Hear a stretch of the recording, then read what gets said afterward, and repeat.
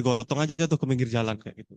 Nah, sampai di pinggir jalan orangnya sudah meninggal gitu. Padahal ketika kecelakaan itu sebenarnya luka yang terjadi tidak menyebabkan fatal seperti itu ya. Nah, hal-hal seperti itu bisa menyebabkan kita menolong pun itu justru berdampak lebih negatif pada korban.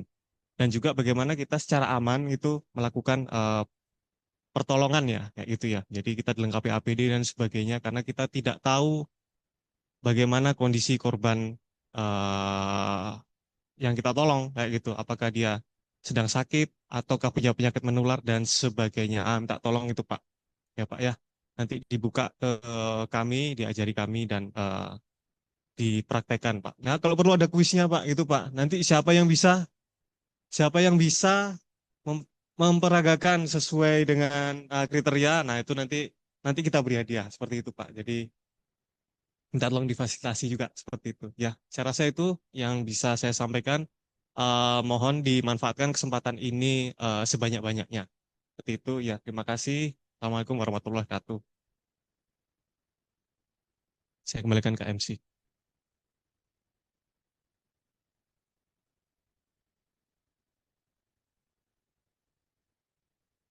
Baik, marilah kita menjelaskan, marilah kita memulai acara pada pagi hari ini untuk pelatihan dan simulasi pertolongan pertama gawat darurat. Pada pihak PMI Jakarta Timur, dipersilakan.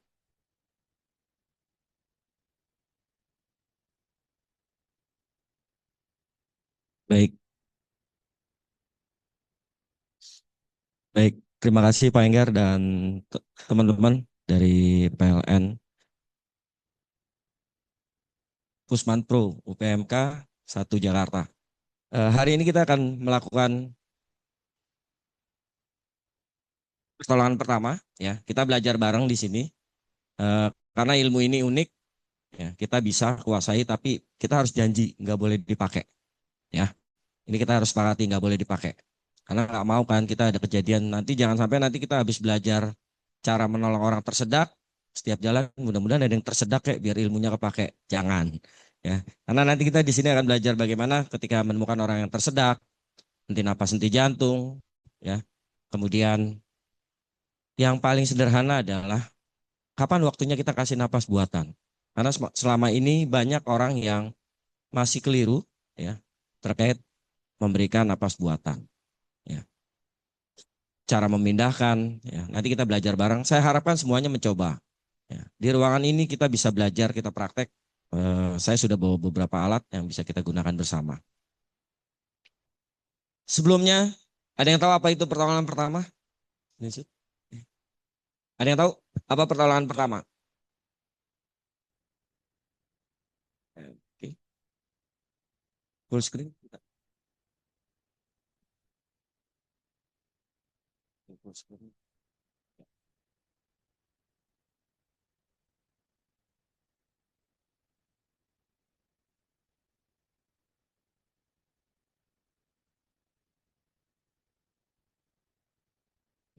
Lihat dari sana aja.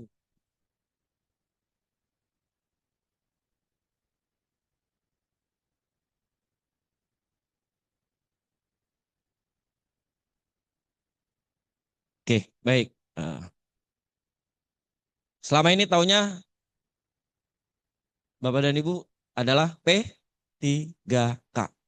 Apa panjangannya? Pertolongan pertama pada kecelakaan. Pertanyaan saya, pingsan itu kecelakaan bukan? Pingsan.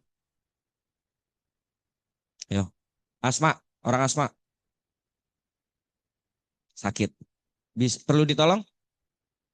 Kan P3K. Pertolongan pertama pada kecelakaan. Kalau sakit perlu ditolong? Perlu. Makanya kenapa kita di sini kita akan belajar pertolongan pertama, bukan P3K.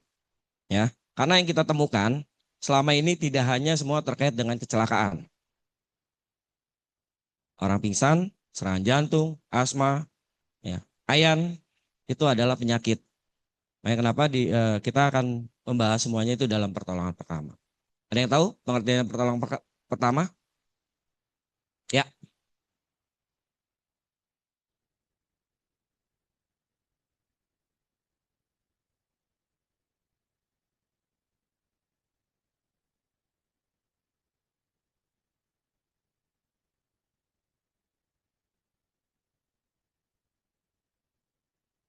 Baik, ada lagi?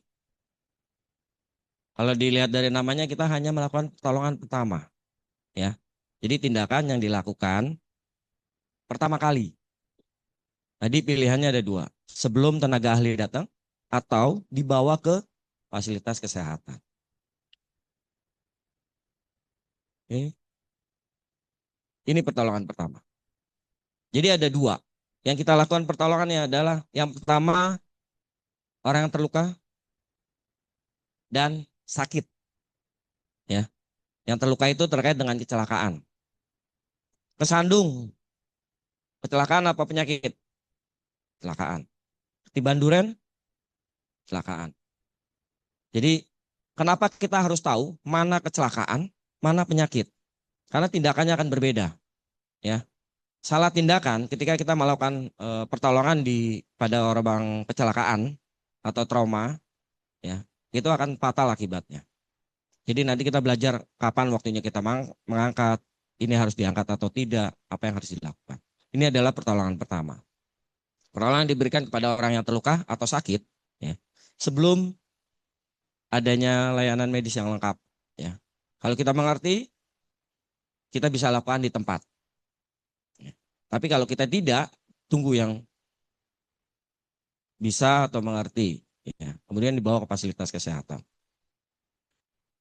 Ketika terjadi tindakan pertolongan pertama, berarti ada pelaku. Siapa aja yang bisa menjadi pelaku pertolongan pertama? Ya. Siapa aja yang bisa melakukan? Semua orang? Yakin semua orang? Kenapa tidak? Ya, karena tadi di awal Pak Enggar sudah bilang, kita nggak ngerti apa-apa. Kita niatnya nolong, karena semua orang Indonesia baik. Niatnya nolong. Ya, ada kecelakaan biasanya yang penolongnya ada berapa? 1 atau 2. Penontonnya banyak. Ya, niatnya pengen nolong. Tapi apa? 1, takut jadi saksi. Karena begitu jadi saksi, saksi mata biasanya akan mengganggu aktivitas kita. Jadi banyak orang nggak mau nolong. Tapi begitu sudah ada yang menolong, semuanya bersuara. Suara yang paling banyak apa? Angkat, pindahkan. Ya kan? Begitu salah angkat, yang tadinya tidak patah jadi patah, yang tadinya tidak cedera jadi cedera. Karena biasa ngangkatnya sembarangan. Ada yang pegang leher, ada yang pegang tangan, pokoknya pindahin dulu. Di Jakarta unik. Lebih baik tidak macet daripada korbannya selamat. Standarnya kecelakaan di jalan itu adalah korban tidak boleh dipindahkan. Tapi kalau buat kita, harus dipindahkan. Karena kalau nggak dipindahkan, kebun binatang banyak yang lewat. Ya kan? Udah kesel, marah-marah. Kita yang mau nolong, kita yang nggak tahu apa-apa, kita nolong, pasti kena caci maki. Pindahin. Ya. Udah dipindahin, ada yang melakukan tindakan, kadang ditinggal.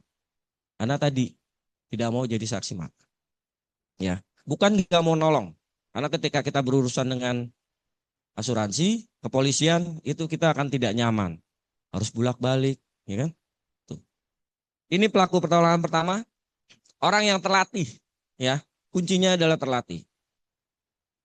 Karena tadi niatnya sudah baik, dia pengen nolong, tapi kalau dia tidak terlatih, khawatirnya tindakan yang dilakukan bisa salah. Ya, fatal. Di sini ada peran kunci ya dalam menyelamatkan nyawa. Pertanyaan saya sebelum kita masuk lebih lanjut, ada yang tahu yang paling penting di tubuh kita apa aja? Jantung, otak, Apalagi? Cuma 2. Paru-paru. Dari 3 ini mana yang paling penting? Karena kita harus, mungkin kalau kemarin belajar fire ya, segitiga api, oksigen, bahan, panas. Ya. Kalau di medis ada segitiga kehidupan, otak, jantung, paru. Mana yang paling penting dari ketiganya? Karena kenapa ini kita harus tahu, kita bisa jaga yang 3 ini, kemungkinan dia selamat. Ya. Walaupun mungkin nanti dia cacat. Tapi kalau kita nggak bisa jaga yang 3, kemungkinan perawatan luka kita baik, patah tulang dibidai dengan baik. Tapi napasnya dan jantungnya tidak dijagain, hutangnya lunas. Mana yang paling penting? Kenapa paru-paru, Pak?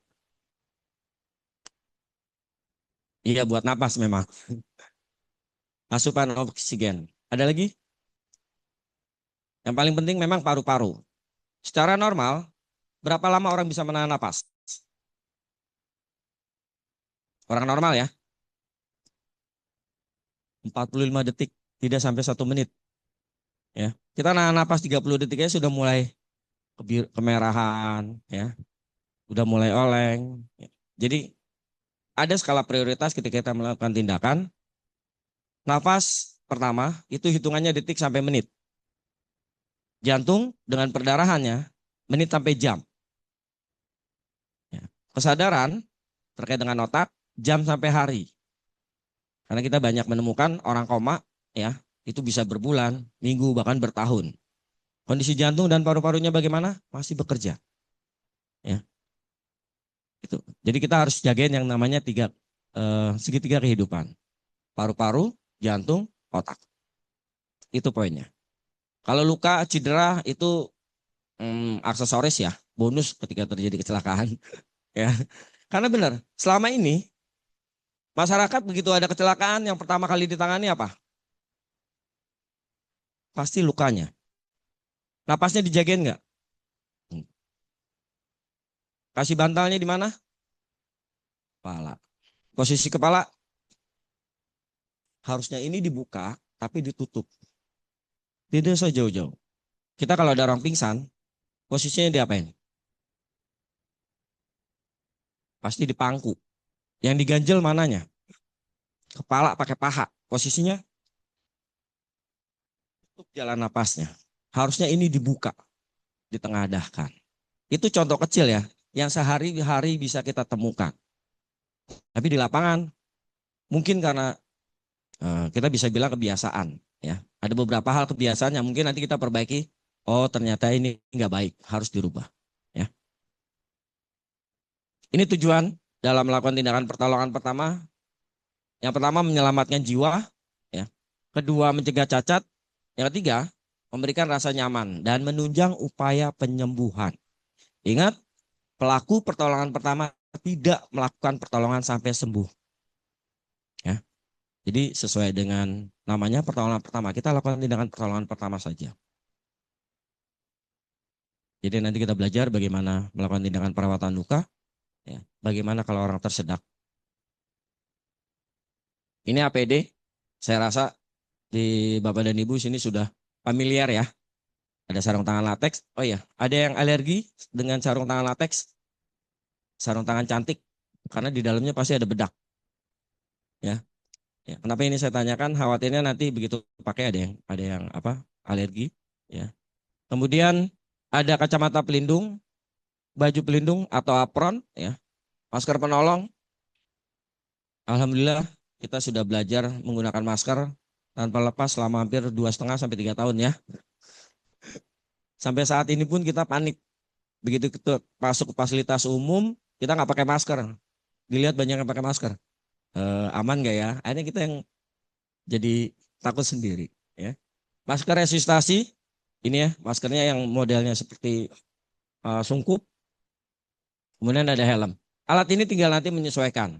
Biasanya kita di poin 1 dan 4. Ya. Poin 1 dan 4. Tapi kalau nggak ada bagaimana? Nanti kita akan belajar. Ini perlengkapan. Ada APD tadi. Ada penutup luka. Penutup luka apa aja? Ada yang tahu? Penutup luka yang bisa digunakan? Perban. Apalagi? Kasa.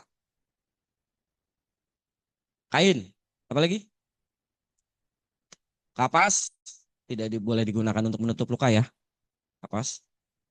Apa bedanya perban dan kasa? Kasa yang kotak, perban yang gulungan gitu. Saya akan kenalkan. Ini namanya apa? Kasa apa perban? Tadi katanya gulungan perban. Sekarang kasa.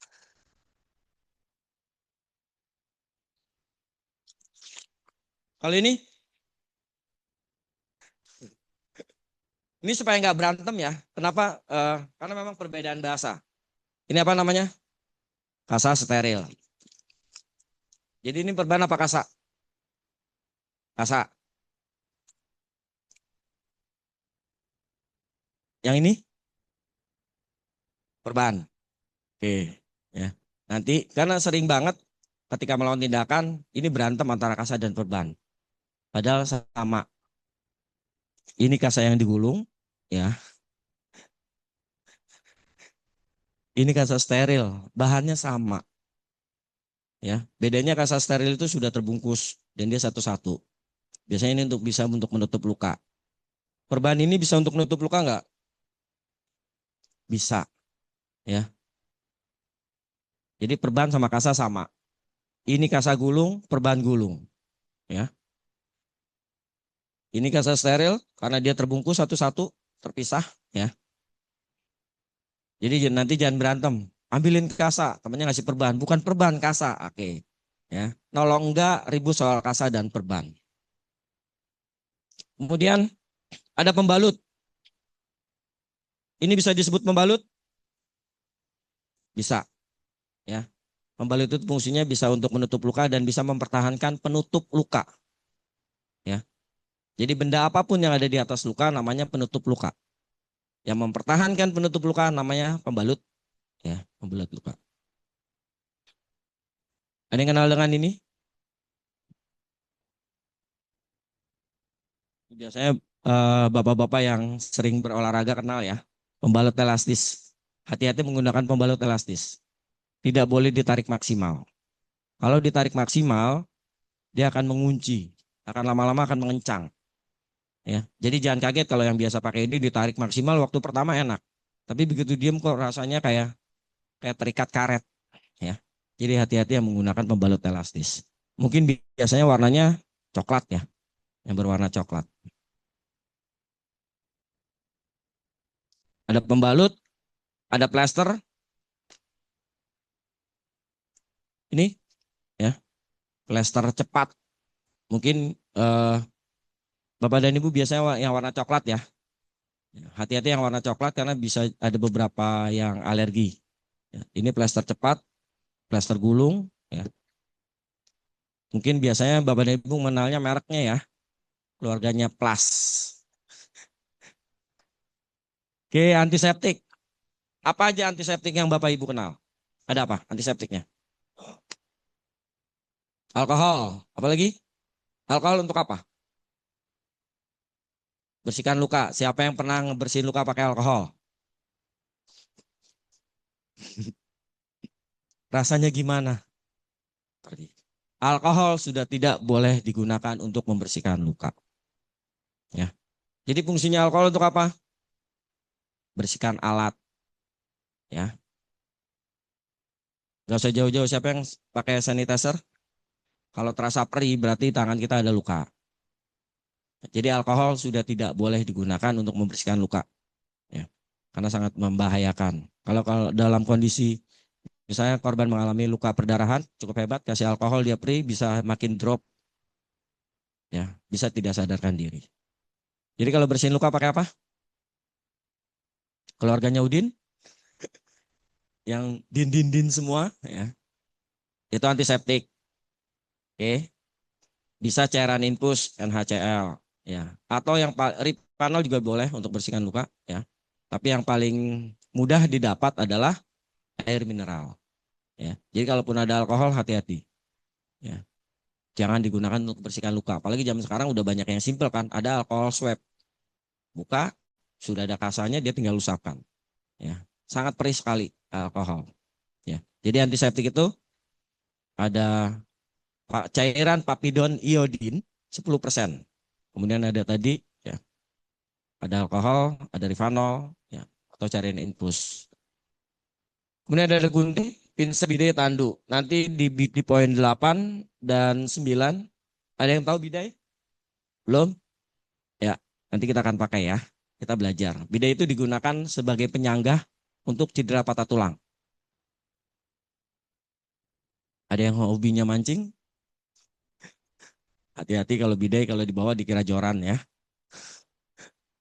Ada yang menanyakan terkait peralatan? Sudah kenal semua? Kecuali nanti bidai ya, nanti kita akan kenalkan. Ada tandu. Ini ketika kita melakukan pertolongan pertama. Ini poinnya. Pertama nilai dulu keadaan. Lokasi korban, sekitar korban aman atau tidak. Ya. Mungkin kalau di K3 ada 3A ya. Aman diri, aman korban, aman lingkungan. Itu pastikan dulu. Kita aman nggak? Siapa yang takut darah? Aman semuanya? Dikit aman. Kalau banyak sudah mulai oleng. Ya. Karena namanya perdarahan kita tidak bisa. Ini unik ya. Kecelakaan kita nggak bisa pesan. Korbannya yang kecil nggak mungkin. Ya kan? Ada yang lukanya kecil aja, darahnya dikit aja nggak bisa pesan kita. Ya. Karena kecelakaan tidak diinginkan oleh semua orang. Pertama, cek keadaan. Kemudian pemeriksaan korban, minta bantuan, tindakan pertolongan. Untuk minta bantuan, berapa nomor telepon darurat? 112. Isinya siapa aja? Nah, pokoknya tahunya 112 aja. Isinya ada pemadam, polisian, ambulan, tenaga medis pun masuk di situ. Ya. PLN termasuk. Ya. PLN termasuk. Kayak kebakaran. Kebakaran nomor sendirinya berapa? Kalau tadi 112 global, semuanya ada di situ. Kalau pemadam, berapa? 113. Kepolisian, 119. Itu dulu adalah ambulan untuk Dinkes. Polisian 110. Pemadam 113. Untuk ambulan 118. PLN 123. Ya, jadi jangan kaget. Kebakaran aja PLN dulu yang harus turun. Petugas tidak akan mau bekerja kalau PLN belum datang. Ya. Terkadang orang suka nanya, apa pentingnya si PLN datang duluan? Karena kita pernah kejadian pemadam itu begitu dia nyiram, ternyata aliran listrik belum dipadamkan, 6 orang ya pingsan semua. Ini sangat penting sekali. Jadi PLN itu kalau di kebakaran biasanya PLN datang duluan, matikan dulu sekitarnya, baru pemadam akan bekerja. Ya. Tiba-tiba berubah. Ya. Jadi 123 memang sudah disosialisasikan untuk nomor darurat bencana di Jakarta. Ya. Di dalamnya itu ada kepolisian, pemadam sudah ada, ya.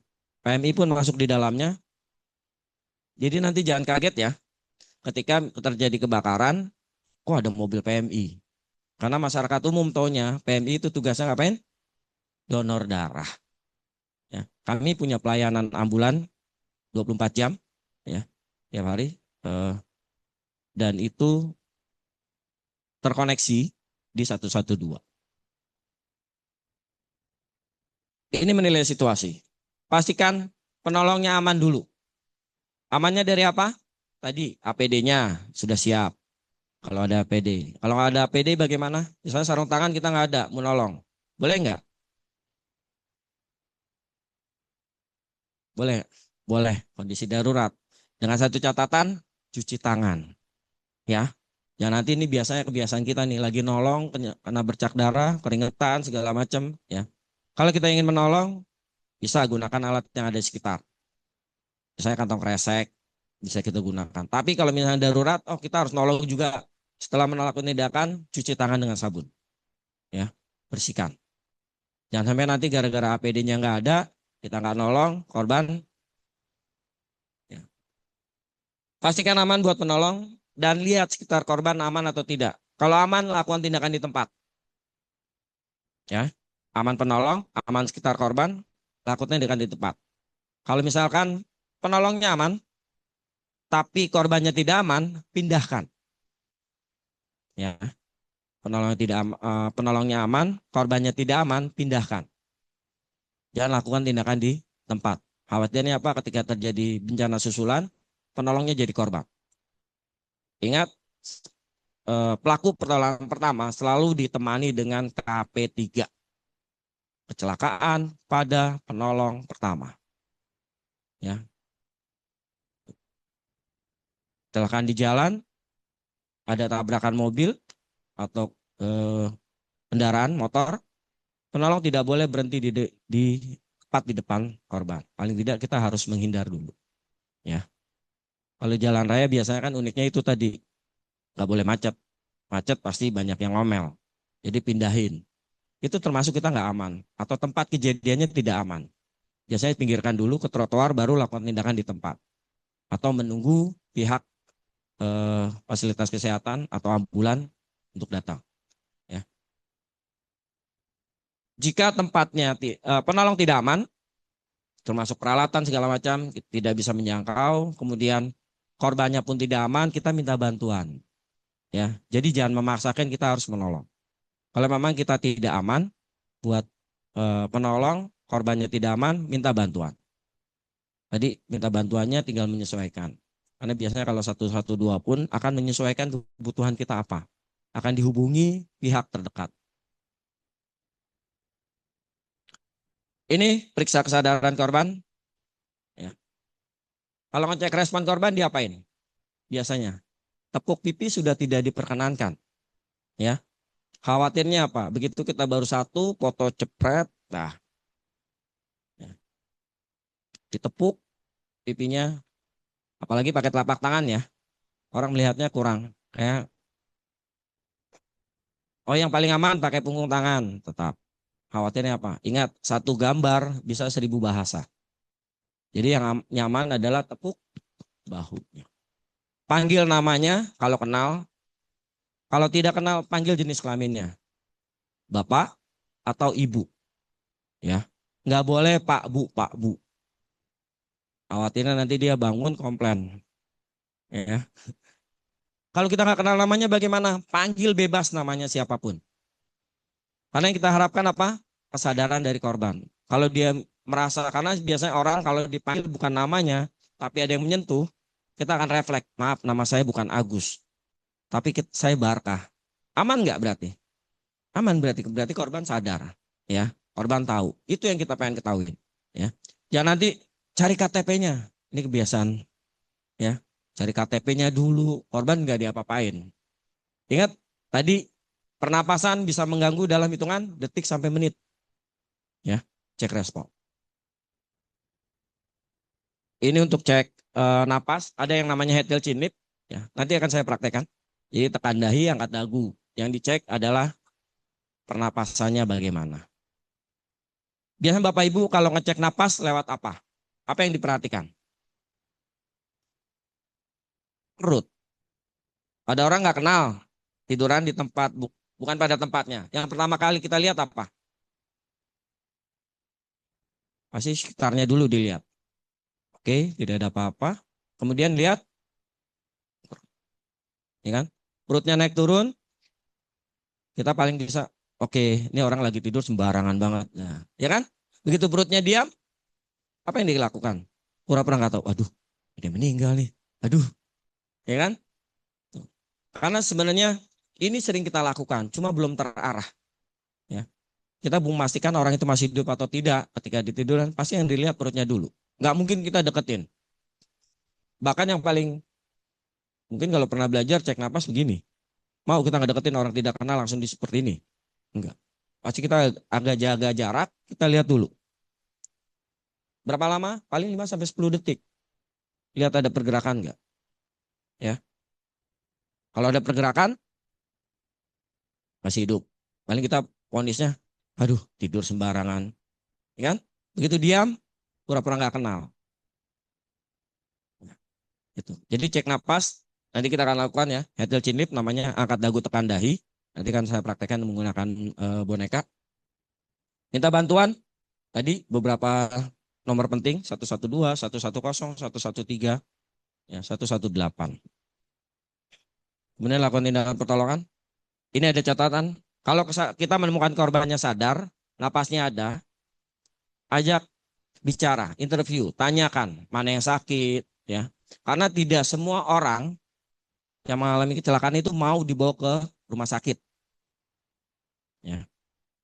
Tanyakan apa yang dirasakan, yang sakit yang mana, ya. Kalau memang dia mau dibawa ke rumah sakit, tanyakan dia mau dibawa ke rumah sakit mana. Kalau orang tua atau keluarga bisa dihubungi, hubungi. Jangan sesuai dengan keinginan penolong. Udah rumah sakit aja, ya. Kalau kondisi darurat, kita pastikan rumah sakit tersebut aksesnya cepat, dekat, ya, dan fasilitasnya lengkap. Dan sampai nanti korbannya dibawa jalan-jalan, ya. Dibawa ke rumah sakit A, ternyata fasilitasnya nggak memadai, suruh pindah lagi. Udah pindah, pindah lagi. Ini yang sering, ya.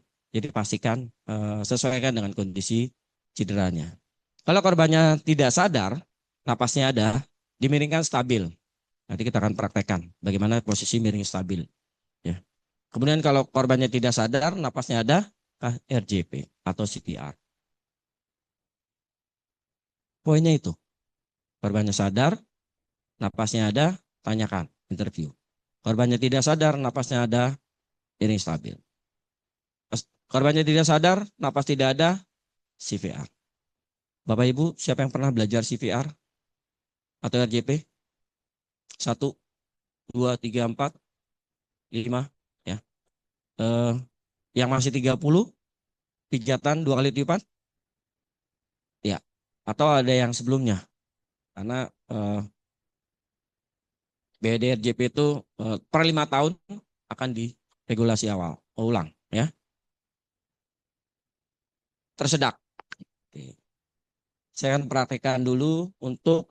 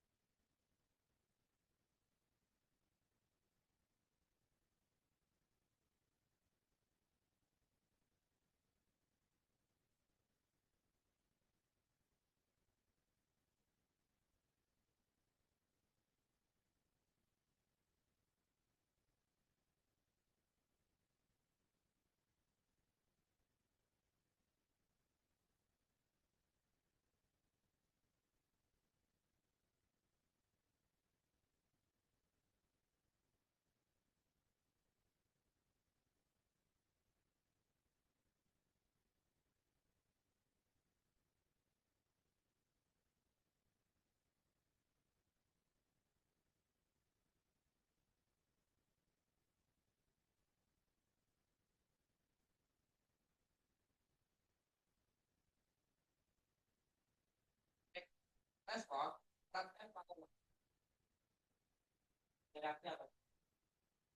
setelah cek respon, cek nafas.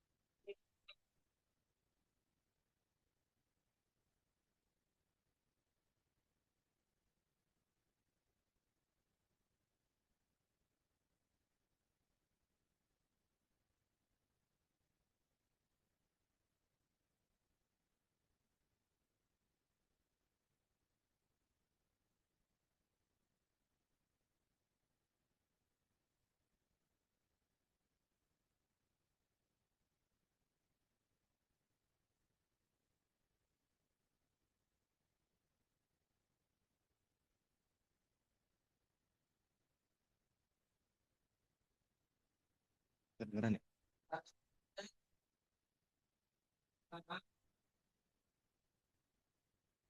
Pasti ada siapan untuk baik, ya. Kita akan ulang. Pertama, pastikan sekitar korban aman atau tidak. Ya, ada masukan Zoom nggak kedengeran suaranya katanya. Ya, pastikan kalau sudah aman, posisikan penolong di posisi yang nyaman. Ya, mau kanan, mau kiri boleh. Kemudian cek kesadaran korban. Tepuk bahunya, boleh dipanggil jenis kelaminnya atau kalau kenal nama boleh. Kalau tidak respon, cek napasnya. Tekan dahinya, angkat dagunya. Dekatkan pipi dan telinga penolong ke mulut dan hidung korban. 5-10 detik untuk memastikan korbannya ada napas atau tidak. Oke. Kalau tidak ada napas, berarti kita persiapan lakukan tindakan RJP. Ya. Nanti RJP akan kita lakukan nanti. Ada yang menanyakan terkait dengan penilaian korban? Ya. Ya.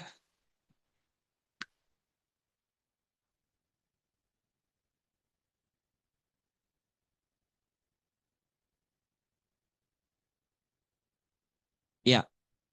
Dia masih bernapas enggak? Berarti masih bernapas. Hanya napasnya ya. Ya. Kalau dia masih bernapas berarti kembali lagi. Berarti korbannya lihat sadar atau tidak. Ya.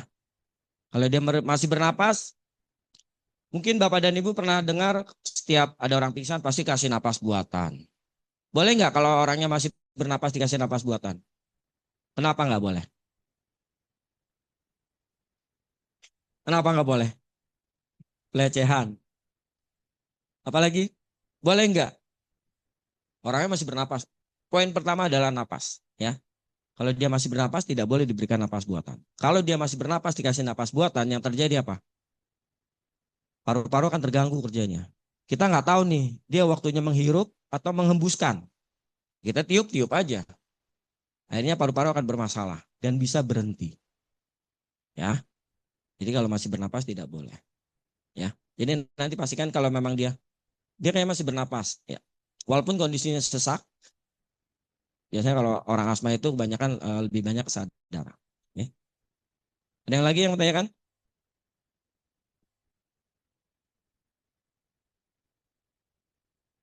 Kita akan ya, iya, tenggelam. Nanti kita belajar ya. Perbedaannya kita menemukan orang yang henti napas, henti jantung dengan orang yang tenggelam. Kalau orang tenggelam biasanya diapain? Miringin. Apa yang dimiringin? Badannya. Apalagi? Iya, kita kita nggak kaget ya, karena banyak orang tenggelam pasti diangkat kakinya dengan harapan mengeluarkan air. Yang ditakutkan dengan orang tenggelam apa? Apa yang ditakutkan? Menghirup air atau menelan air? Karena pasti ada dua kejadian yang terjadi. Menghirup. Ketika kita angkat, bisa keluar nggak air yang di paru-paru? Ya, nanti kita CPR bagaimana kalau orang tenggelam. Oke, ini tersedak.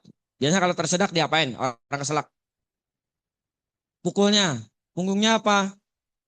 Punggung. Oke, nanti kita akan praktekkan. Ada dua ya, tersedak itu ada dua. Ini orang yang mengalami gangguan napas. Ada yang tersedak sebagian. Ini kalau korbannya masih batuk, ya orang tersedak masih batuk, merasa ingin mengeluarkan benda asingnya, ya ini masih sebagian. Kalau korbannya masih sebagian, penolong cukup mendampingi, ya usahakan menjaga dia jangan sampai dia jatuh. Ini kalau tersedak total, pukul bagian punggung. Boleh saya minta satu orang depan? Kita akan praktekkan bagaimana tersedak. Ya, kita akan menggunakan alat bantu ya, alat bantu simulator. Boleh silakan. Ayo, oke. Ya, boleh dipakai. Ini bukan pelampung ya. Ini alat simulasi. Ini nanti yang tanda silang ini adalah titik tekan untuk melakukan yang namanya prasat Heimlich atau penekanan perut ya. Ini hentakan perut. posisinya, ya, posisi tekanan itu 2 jari dari pusar. Ya, 2 jari dari pusar. Oke. Nanti posisi tangan seperti ini. Jari jempolnya dikedalamkan. Ini yang akan menekan. Ya, sendi ibu jari yang akan menekan. Untuk anak-anak sama. Tinggal kalau untuk anak-anak kita yang memposisikan. Tidak boleh anaknya digantung. Kita yang berdiri, anaknya akhirnya tidak ada pijakan. Karena khawatirnya apa? Begitu kita lakukan, dia akan turun merosot. Akhirnya titik tekannya yang tadinya di sini awalnya, lama-lama bisa tidak ada.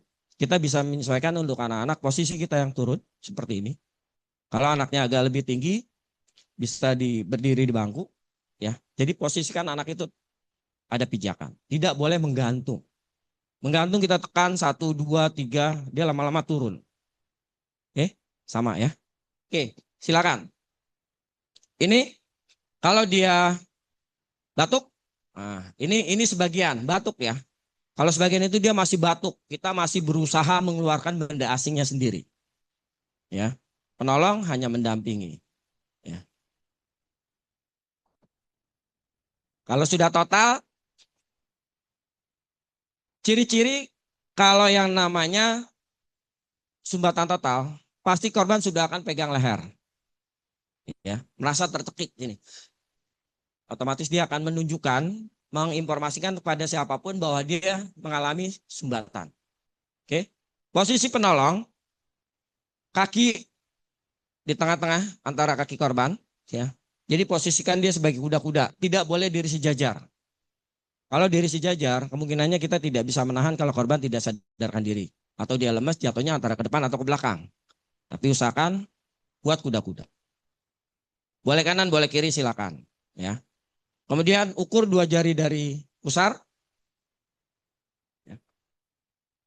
Tangan yang satu baru kepalkan dan dihentak 5 kali hentakan. Siap? Masih aba-aba? Ini simulator, jadi ada alatnya. Jangan dikira nanti, wah sarapan apa keluarnya busa. Ya, jadi ini perasaan tadi snacknya lemper sama getuk, kenapa yang keluar busa? Ya, ini alat. Jadi kita hentak 5 kali. Kalau dia tidak keluar, kita lakukan pukulan. Back blow atau pukulan di antara tulang belikat ya, untuk memukulnya. Tidak boleh di leher. Ya. Oke. Nah, untuk posisi penolong, tangannya ada di bawah ketiak korban. Tidak boleh di depan. Menghadap ke sini. Nah, menghadap ke sini biar kelihatan. Nah, itu ya. Tangan biasa aja. Ya, jadi ingat, tangan penolong itu harus ada di bawah ketiak. Dengan harapan kalau misalkan dia tidak sadarkan diri, kita bisa tahan, bisa pegang, bisa dekap. Ya, kalau di luar, khawatirnya dia akan jatuh, kita nggak bisa menahan. Mentok-mentok nyangkut di leher. Siap? Dipukul 5 kali. 1, 2, 3, 4, 5. Nggak keluar, balik lagi. Nah, 2 jari. 5 kali lagi. 1, 2, 3. Ya. Jadi ini dilakukan berulang. Pukul 5 kali tidak keluar, balik lagi hentakan perut. Ya. Kalau nggak keluar juga, pasti korbannya sudah mengalami gangguan napas, dia tidak bernapas dan tidak sadarkan diri. Tindakannya apa? RCP. Ya, jadi ini tahapannya. Oke, silakan. Boleh 2 orang? Ada yang mau coba? Boleh? Ya. Dia tidak sadarkan diri.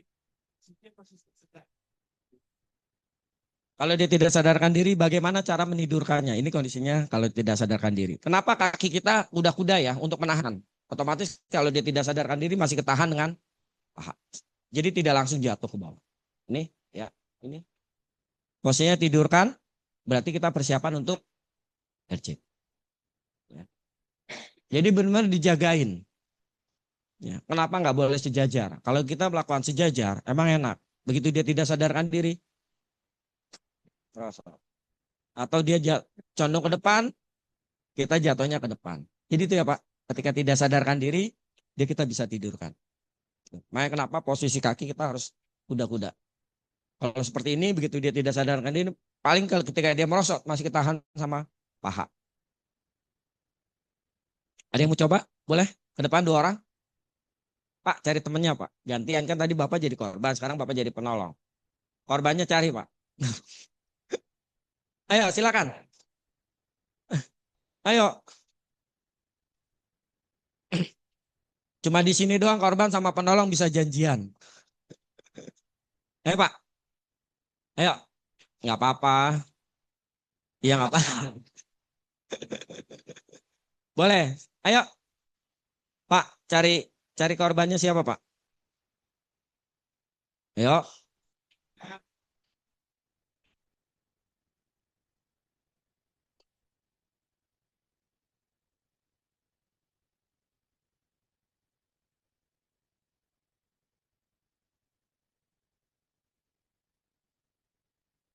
Kita perlahan nurunin. Kalau kita nggak kuat tadi mundur, jadi kita nggak prosotin turun. Makin turun. Biasanya kan lebih berat nih kalau orang kita. Nah, kenapa postur? Kita nggak kuat, palingnya kita turun.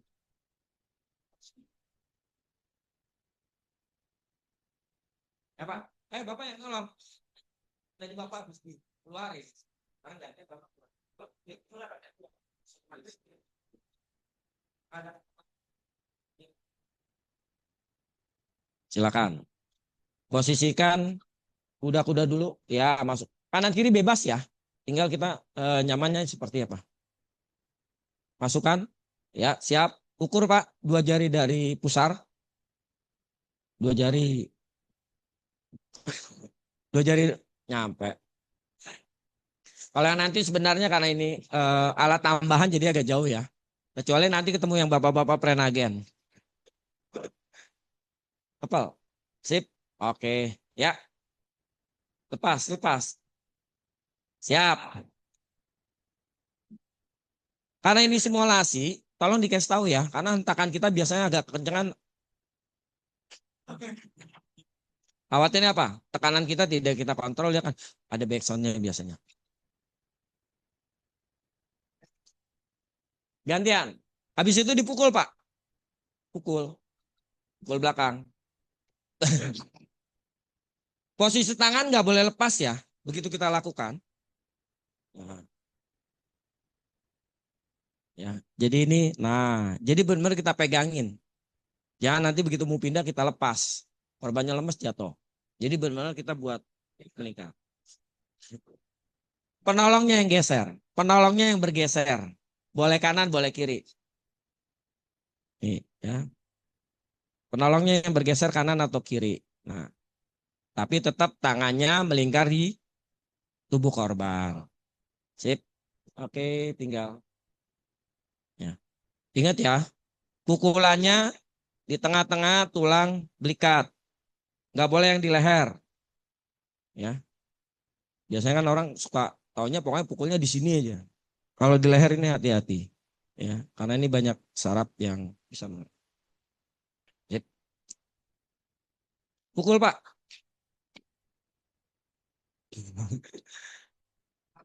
Ya. Oke, nggak keluar. Oke, ya itu tersedak. Jadi kalau dia misalnya tersedak sebagian batuk masih bisa didampingi. Oke, baik. Ada yang menanyakan? Tadi ada pertanyaan bagaimana kalau orangnya besar, ya. Atau ibu hamil, tekanannya di mana? Ibu hamil, menekannya di mana? Pusarnya aja kita nggak bisa jangkau.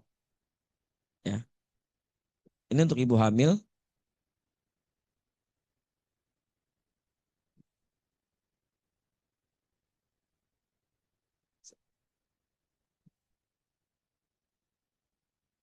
Ibu hamil itu hentakannya di dada. Bedanya hentakan di perut dan di dada. Kalau tadi di perut itu menggunakan sendi ibu jari, tapi kalau di dada, ya ini harus rata seperti ini. Ya, nggak boleh seperti ini. Kalau seperti ini akan nyeri. Jadi dia harus rata di dada. Jadi pertanyaan kalau anak-anak tinggal menyesuaikan. Ya, yang penting posisi korban tidak boleh menggantung. Khawatirnya tadi kita hentak-hentak dia turun, akhirnya lama-lama jadi salah tekan. Ya.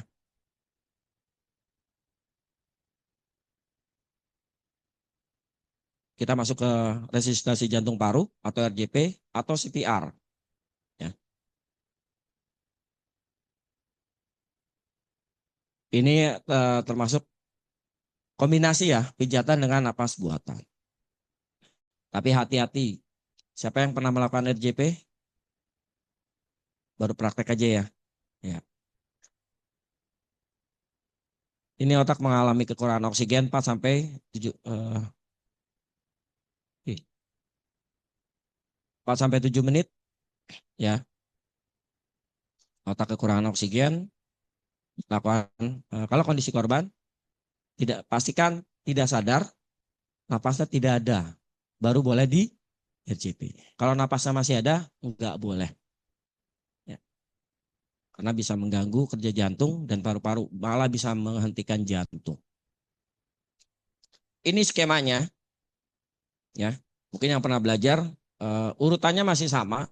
Kita masih pakai panduan AHA 2020. Yang terbaru sudah keluar, bahkan AHA sudah mengeluarkan panduan RJP untuk orang awam. Ya. Jadi untuk orang awam, ketika melakukan RJP cukup pijat saja, ya. Tidak perlu tiup. Kenapa nggak perlu tiup atau kasih napas buatan? Kenapa? Karena orang awam itu takut tertular penyakit, aman atau tidak, ya. Kecuali kita menggunakan alat bantu. Kalau tidak direkomendasikan. Ya. Karena begitu kita pengen niup, ragu-ragu, pasti hilang waktu berapa? 3 sampai 5 menit. Tiup enggak. Korban enggak diapa-apain. Yang tadinya kita kompresi sudah baik, turun lagi. Ya. Darah yang membawa oksigen ke otak turun lagi hanya tetap. Ya. Jadi untuk orang awam cukup hands only, jadi hanya pijatan. Ini urutannya, ya. Pastikan korban tidak sadar, napasnya tidak ada. Kemudian aktifkan sistem darurat. Di sini ada AED, automatic external defibrillator atau alat pacu jantung yang otomatis. Belum ada, berarti Bapak dan Ibu siap melakukan RJP. Ya. Lakukan pijatan. Kedalamannya berapa? Yang pernah belajar? Kedalaman pijatan berapa senti? Ya, untuk orang dewasa. 15 sampai 20 apa? Badan kita aja nggak sampai 15 cm. 5 sampai 6 cm. Kedalamannya 5 sampai 6 cm. Kecepatannya 100 sampai 120 kali per menit. Ya. Nanti kita belajar ritmenya, ya, kedalamannya. Jadi sebelum melakukan RJP, pastikan yang pertama korbannya tidak sadar, kedua napasnya tidak ada, atau napasnya gasping, atau napasnya tersengal-sengal. Mungkin kalau orang awam mengenalnya napasnya Senin Kemis ya. Ya kan? Pernah lihat orang tarik napas kayak nggak dihembuskan ya. Hembuskannya lama, baru hembuskan. Ntar tarik lagi. Itu namanya gasping. Oke. Lakukan pijatan. Tadi kalau tanpa tiupan, kita untuk orang awam hanya lakukan pijatan sampai bantuan datang. Ya. Atau minimal 2 menit. 2 menit cukup lama. Ya, untuk RJP ini cukup lama. Kalau AED gunakan AED, kalau tidak diulang sampai bantuannya datang. Ada yang mau tanyakan? Tidak? Baik. Kita praktekkan bagaimana melakukan CPR.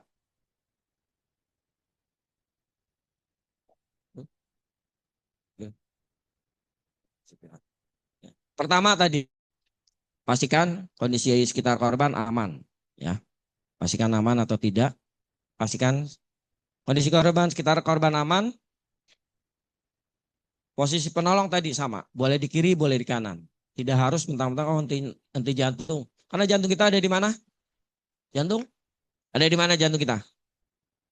Kiri. Siapa yang di kiri? Nah lu. Ini pada nggak yakin gara-gara saya tanya jantung ada di mana. Jantung kita ada di tengah, membesarnya ke kiri.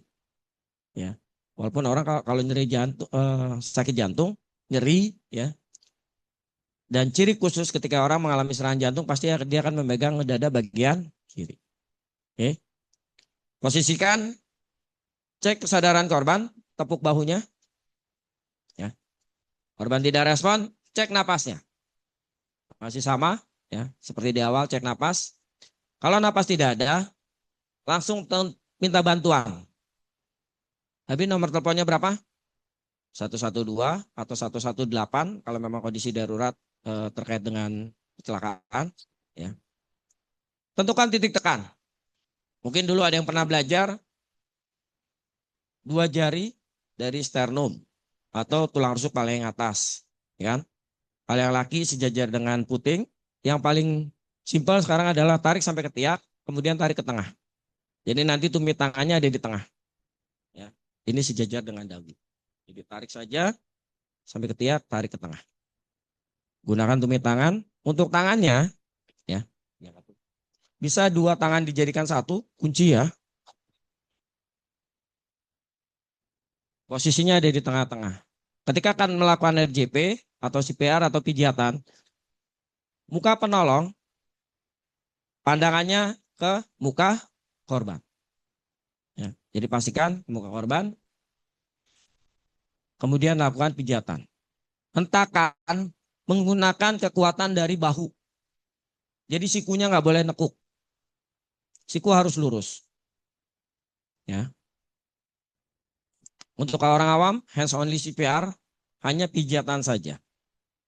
Sampai bantuan datang. Sampai penolong kelelahan. Kalau penolong lelah, bisa bergantian. Pasti pertanyaannya, Kak, banyak yang nggak ngerti, nggak bisa. Ya kita tinggal arahkan. Luruskan tangannya, kita bantu pijatan melalui bahunya. Yang penting sikunya lurus, nggak boleh nekuk. Dia harus lurus. Ya. Untuk menjaga supaya tidak ada tenaga yang berlebih. Karena kalau sikunya ini kita tidak bisa mengontrol kekuatan. Tapi kalau dengan lurus, kita bisa menjaga. Untuk menghindari terjadinya patah tulang rusuk. Ya. Ada yang bertanyakan? RJP? CPR? Kalau tidak, kita bisa, boleh, silakan 2 orang ke depan, lakukan CPR. Boleh? Oh, di kolom. Ya. Kenapa sih orang awam tidak boleh, tidak rekomendasikan untuk memberikan napas buatan tadi ya? Khawatirnya dia ragu-ragu, takut tertular penyakit segala macam, akhirnya 5 menit hilang.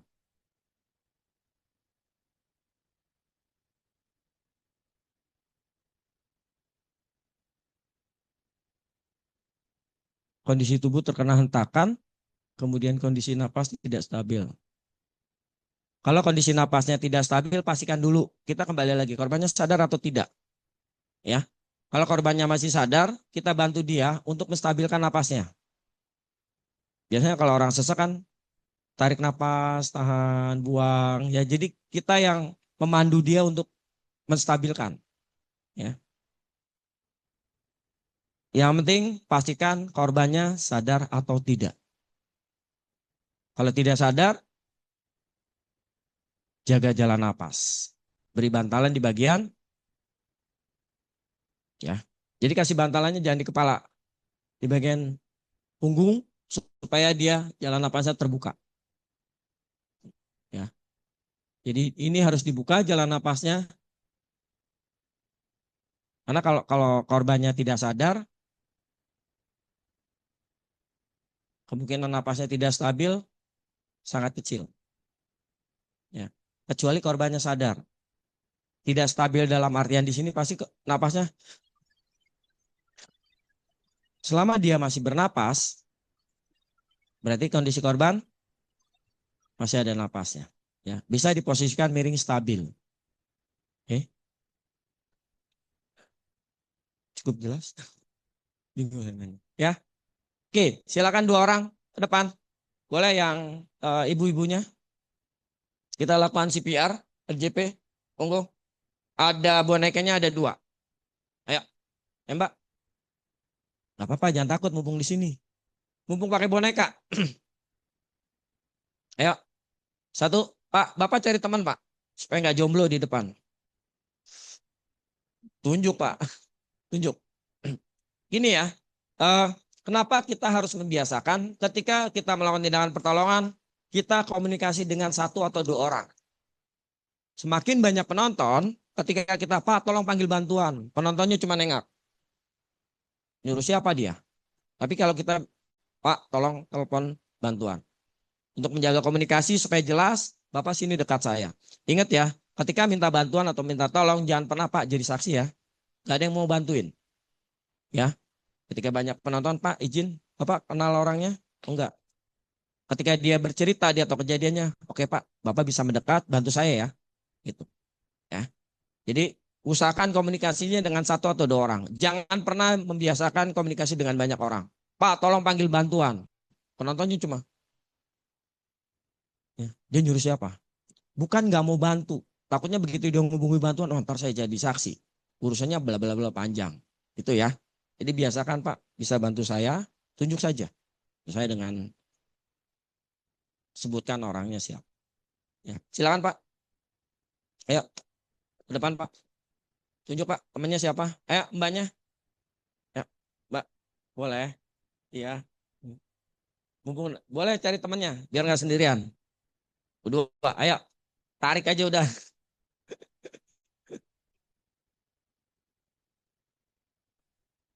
Ayo Pak. Mumpung dengan boneka.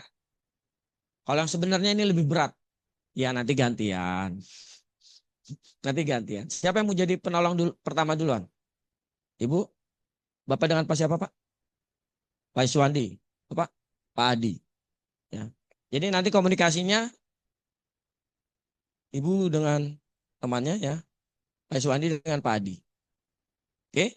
Siap? Silakan. Pastikan aman. Kalau memang bukan di lingkungan kerja kita, kita bisa perkenalkan diri. Pak, saya Barkah. Saya ingin bantu korban. Ya.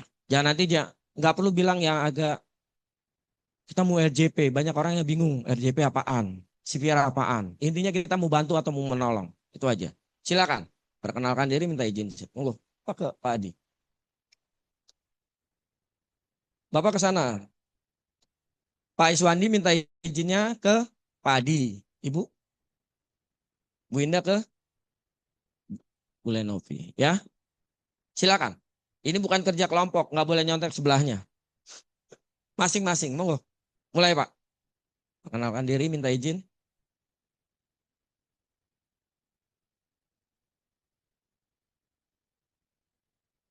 Ya, ini posisi nyaman penolong ya. Cek respon. Oke, tepuk, tepuk Pak, bukan dipijat, tapi tepuk bahu. Ya, tepuk bahunya. Oke, boleh 1, boleh 2. Korbannya tidak respon, cek napasnya. Cek napasnya. Agak lebih mendekat. Ya, jadi posisikan kita lurus ya, jangan miring. Ya, 5 sampai 10 detik. Hitungnya detik ya, jangan hitung bawah suku. Napasnya ada Mbak? Nggak ada, oke. Napas tidak ada. Berarti kondisi korban tidak sadar, tidak napas. Minta bantuan, suruh hubungi bantuan. Berapa? Nomornya berapa? 112 bebas pulsa ya. Ini harus terinformasi mereka. Karena biasanya begitu suruh, ya saya ke pulsanya nggak ada segala macam. 112 bebas pulsa.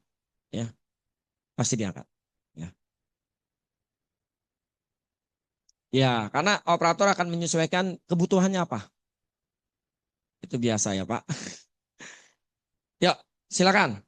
Tentukan titik tekan. Ya. Nah, kalau ngukurnya pakai yang kiri, berarti kiri di bawah. Ya nanti ukur pakai kiri, kanan akan pindah titik tekannya. Siap? Dibuka pahanya. supaya stabil. Ya, entak. Mulai pijat.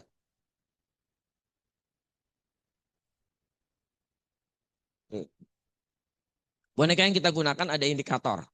Karena ini memang buat training, jadi akan terbaca tekanan kita sudah cukup atau belum, 5-6 cm. Kemudian kecepatannya sudah cukup atau belum. Ya. Jadi kalau warna hijaunya 2, berarti kecepatan cukup, kedalamannya cukup. Bagus. Kalau warna orange-nya menyala, lampu orange-nya menyala, berarti dia terlalu cepat. Ya.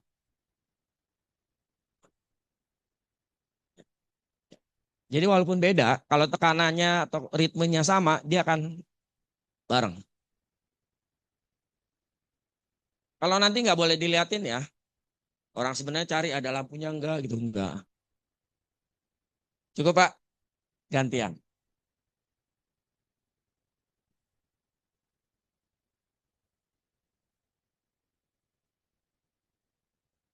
Gantian, Mbak Indah boleh duduk. Mbak Indah boleh duduk. Mbak Novi cari temannya. Iya, ya gantian Pak. Sambil saya menjawab pertanyaan yang di chat ya. Ya, eh, silakan lanjutkan tadi sama aja ya. Perkenalkan diri, minta izin.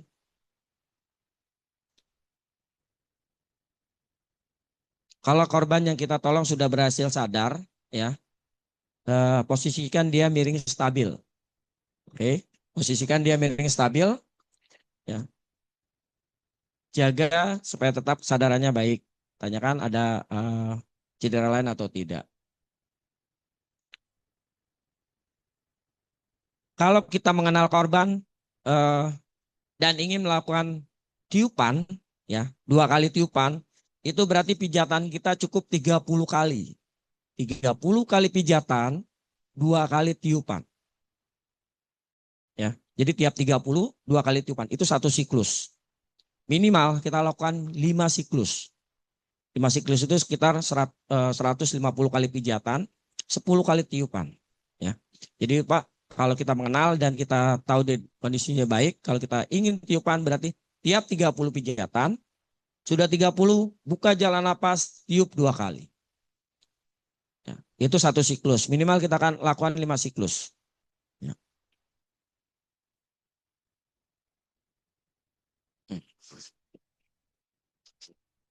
Ini biar kelihatan. Ya, awas, awas, awas. Awas, awas, biar kelihatan.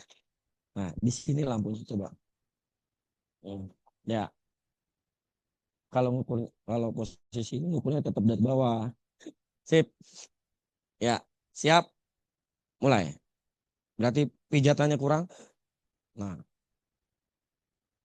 kurang kedalamannya. Terus, oke, pertahankan. Nah, hilang lagi. Kenapa sih kita minimal melakukan 150 kali? Karena dari pijatan kita belum tentu semua tekanannya cukup. Bisa jadi tekanannya kurang ya. Karena kan tadi jantung bekerja 100 sampai 120 kali per menit. Ya. Jadi tekanannya kan ya. Mbak Nopi aja dari berapa banyak beberapa kali hilang. Ya. Jadi itu harapannya ya. Tetap kita lakukan pijatan.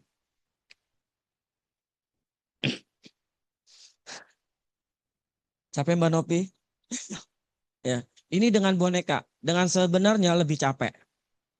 Ya, dengan sebenarnya kenapa lebih capek? Karena pasti kita akan berpikirin, ini kalau nggak ketolong gimana? Kalau nggak selamat gimana? Itu yang akhirnya menyebabkan kita lebih cepat capek. Oke, silakan Mbak Nopi kembali. Ibu silakan. Lakukan bukan balik.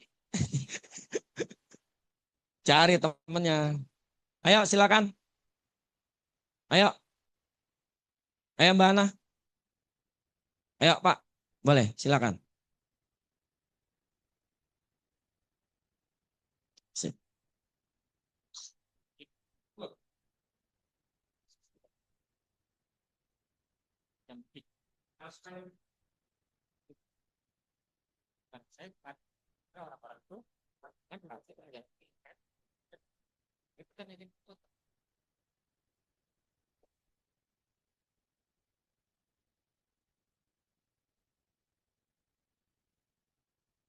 Oke, sudah cek responnya. Oke, pastikan.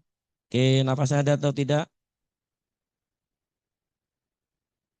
Yakin. Kalau nanti napasnya ada, dia tidak sadar berarti miring stabil. Nanti kita akan posisi. Iya, dimiringkan. Ya, nggak ada. Oke, lanjut. Yap. Ya, untuk yang wanita nanti bagian tumitnya agak dibuka ya. Karena kalau dirapatkan, khawatir apa? Kita bergerak, keseimbangan kita tidak akan stabil. Jadi untuk menjaga keseimbangan agak dibuka sedikit. Ya. Oke, pertahankan. Minimal memang kita lakukan 2 menit. Ya, 2 menit itu paling tidak dapat 5 siklus. 2 menit. Paling lama maksimal 20 sampai 30 menit. Ya. Atau sampai ambulannya datang. Kalau ambulannya datang kita serah terima kepada petugas. Dan kita informasikan berapa banyak kita sudah kompresi. Kalau kita tidak menghitung pokoknya sudah kita kasih pijatan. Itu aja. Itu harus terinformasi. Ya. Resikonya ada. Kemungkinan yang paling sering adalah patah tulang rusuk. Ya. Tertusuk paru-parunya dengan tulang.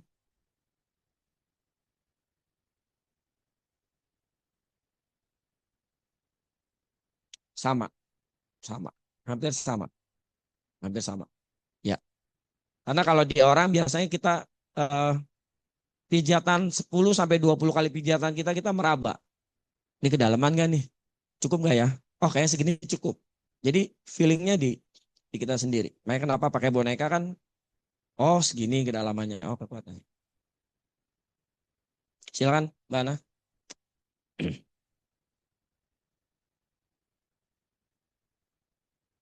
Bebas. Bebas. Ayo. Cobain mumpung sama boneka. Oke? Ya. Silakan.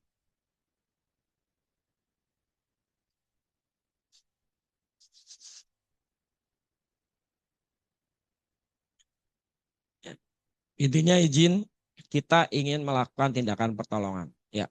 Cek respon. Korban tidak respon.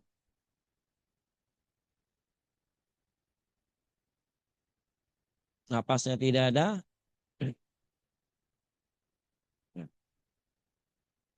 Tumit tangannya pas lurus sama dagu. Tumit tangannya. Nah, siap kunci posisi. Ketika ingin melakukan tindakan, posisi kita harus lurus dulu ya. Gak boleh miring. Karena bisa kita terkilir. Usahakan lurus. Sip. Ayo. Iya. Senyamannya aja. Ayo. Hilang tekanannya. Ayo. Belum masuk. Nah. Ayo. Berat ya. Kalau ngelihat kayaknya enteng, enak gitu ya. Begitu melakukan, oke.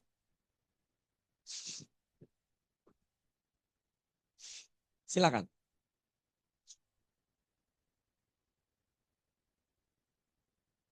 Tapi kayak tidak ada kata. Kenapa kalau di bawah?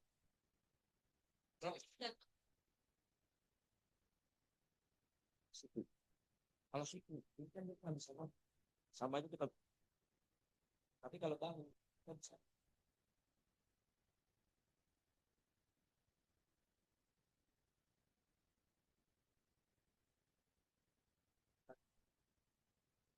Ya, kita ngukurnya.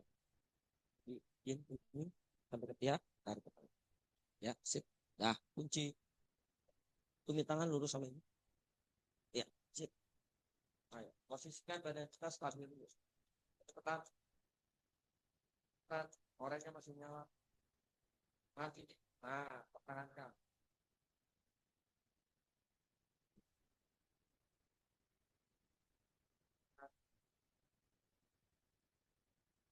Kalau yang punya bahu besar, cukup ingat.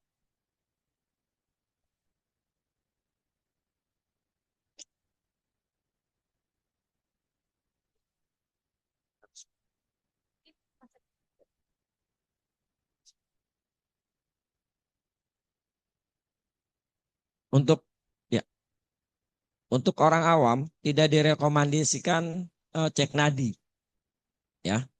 Karena banyak orang ketika tidak sadarkan diri ini agak sulit nih cek nadi, ya. Cek nadinya di mana kalau di leher? Kanan apa kiri? Kanan ada, kiri ada. Kalau kanan doang jalannya ke kanan, ya. Yang laki kalau cek nadi itu laki sejajar jakun. Ini posisinya. Yang wanita cukup turunkan satu jari di bawah rahang. Makanya kenapa orang awam tidak rekomendasikan cek nadi. Khawatirnya ini kalau dia tidak sadar sulit. Nggak ketemu airnya terjadi penekanan, tekan-tekan seperti orang dicekik. Ya kan? Begitu nggak dapat kan kita penasaran. Kita tekan makin ke dalam. Ya. Jadi cukup cek napas. Oke. Kalau di pergelangan, nadi ada di mana posisinya? Yang pergelangan ada di mana? Ya. Bukan yang di tengah ya. Yang di tengah ini bukan nadi, tapi ini otot untuk gerakan. Nah, dia sejajar ibu jari. Ini posisi nadi, jadi tidak ada di bagian atas, ya. Sejajar ibu jari. Nah, kenapa orang awam itu tidak rekomendasikan untuk cek nadi? Karena kemungkinannya akan kesulitan, ya. Akhirnya waktu kita terbuang lebih lama, lebih banyak gara-gara cek nadi. Nadinya kan nemu, tekan-tekan lehernya, ya. Ya,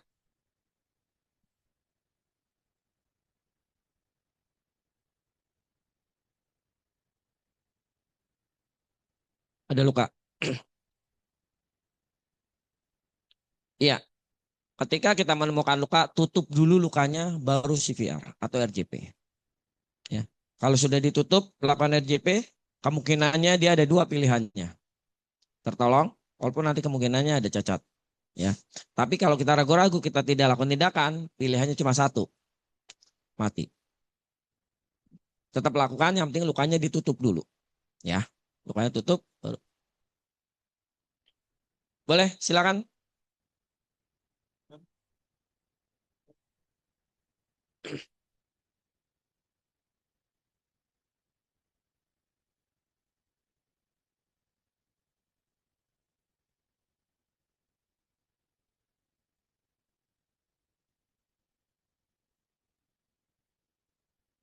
Ya, kalau dia masuk benda asing di hidung atau lubang telinga. Kalau lubang telinga, kalau korbannya respon, bawa ke THT langsung ya supaya diambil. Kalau ke hidung, kalau korbannya respon, usahakan dia suruh mengeluarkan sendiri.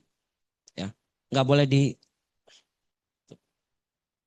Kalau dia di lubang hidung, berarti kondisinya masih bernapas bisa lewat mulut. Jadi jangan dipaksakan harus dikorek. Biasanya anak-anak kan sering iseng ya, masuk benda asing itu, kalau di hidung usahakan 14.045 ya. Kalau itu cepat.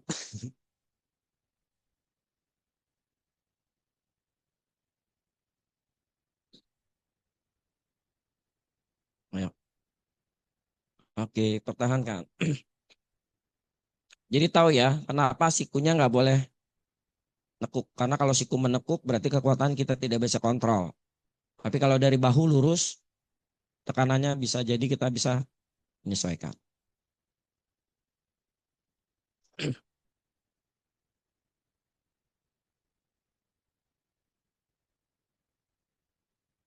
Oke, sudah. Bagaimana kalau misalkan ini tadi ya, ketika kita korban, tolong korbannya sadar. Bagaimana pas posisi miring stabil?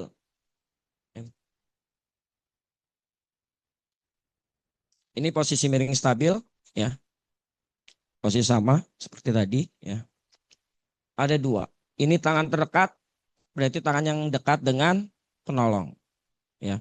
Ini tangan terjauh. Tangan terjauh, letakkan di pipi, ya, punggung tangannya. Letakkan seperti ini, ya. Kemudian lutut terjauh, tekuk. Ini posisi miring stabil, ya. Jadi ketika kita tolong korbannya ada respon, ya. Tangan terdekat, ini lurus seperti ini. Oke.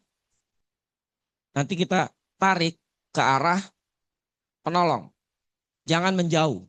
Kalau menjauh kita gulingkan ke sana tidak ada yang menahan, dia akan terguling, bahkan bisa terbentur kepalanya. Ya. Ini kemudian dimiringkan, tarik. Terus kemudian posisi kaki. Kaki tidak boleh lurus karena kalau dia lurus dia akan telungkup jatuhnya. Ya, bisa menghadap sana supaya terlihat. Nih ya. Nih, ini posisinya. Ya. Jadi eh, punggung tangan yang tadi menahan pipi. Kuncinya sikunya tidak boleh lurus sama lututnya. Karena dia kalau lurus dia akan jatuh telungkup. Kemudian dongakkan posisi kepala supaya tetap membuka jalan napas. Ya. Usahakan ini punggung tangan, jangan telapak tangan. Kenapa? Pasti pertanyaan gitu kan, kenapa? Kalau telapak tangan ketika ada cairan dia akan tertahan. Tapi kalau punggung tangan ada cairan dia akan terlihat. Itu ya. Ya. Makasih. Jadi ini kalau korbannya misalnya respon, ini posisi nyaman menunggu bantuannya datang. Oke?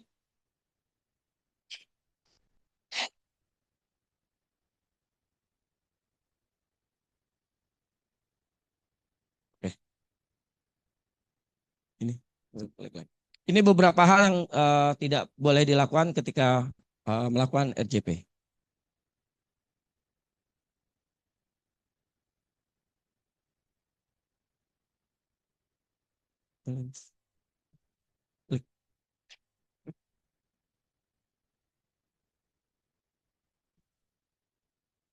Tadi Pak Agung ya, kalau kita kenal kita pengen lakukan napas buatan, jadi 30 kali pijatan, baru kita tiup 2 kali.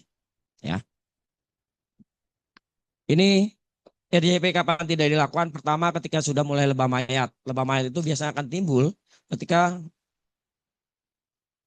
20 sampai 30 menit dari henti jantung. Lebamnya di sini bukan kebiruan seperti dipukul ya, tapi dia akan terlihat kalau dia tidurnya terlentang akan kebiruan atau warna abu-abu ya. Karena di belakang badan korban, bokong dan betis. Kalau dia telungkup biasanya di bagian muka, dada bagian depan. Yang menyebabkan kebiruan adalah karena pembuluh darah begitu jantung berhenti, darah kan tidak bergerak, dia akan mengendap di bagian paling rendah. Ya. Kemudian kaku mayat biasanya ini terjadi 1 sampai 2 jam dari henti jantung.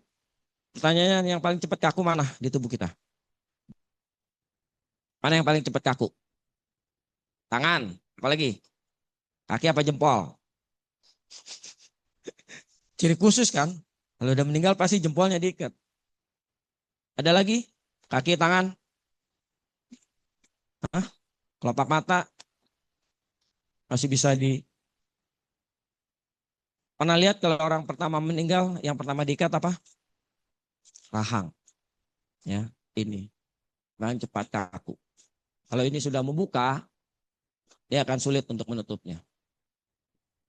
Makanya kalau orang udah dinyatakan meninggal, biasanya akan diikat dulu. Ya, baru kaki dan tangan.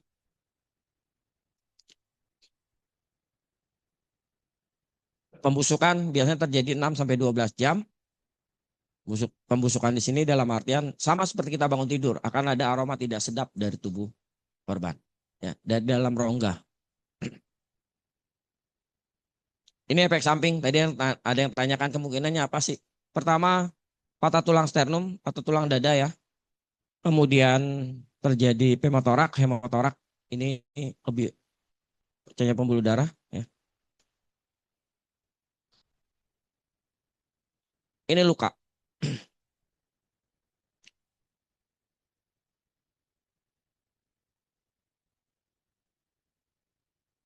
Luka adalah cedera pada jaringan ya, yang disebabkan oleh tadi sayatan itu bisa benda tumpul atau benda tajam ya. Artinya tubuh mengalami cedera, mengeluarkan darah. Udah pasti nyeri ya, bisa terbuka atau terlihat kerusakan pada kulit. Ini beberapa contoh luka. Yang pertama ada abrasi atau luka lecet. Kalau luka lecet penanganannya diapain? Bersihkan, tutup. Dah, yakin? Yakin luka lecetnya ditutup. Anggap luka kecil ya, abrasi atau luka lecet. Bersihkan, iya. Setelah dibersihkan, kasih antiseptik ya, kasih antiseptik.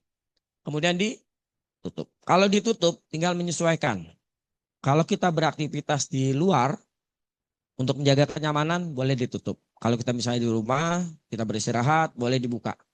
Ya, kalau luka kecil. Luka tusuk, benda yang menancap boleh dicabut atau tidak? Kenapa tidak? Terjadi perdarahan. Apalagi? Ya, kalau cabut pasti perdarahannya besar. Apalagi? Luka tusuk kenapa nggak boleh cabut? Kalau sudah dicabut bagaimana? Kan orang kita biasanya refleks ya. Ada benda asing menancap otomatis cabut. Ya. Ketemunya Pak Adi yang habis belajar kan. Luka tusuk nggak boleh cabut. Ambil bendanya tancepin lagi gitu kan. Nggak boleh. Ya. Kalau sudah dicabut berarti kita harus siap dengan perawatan luka besar.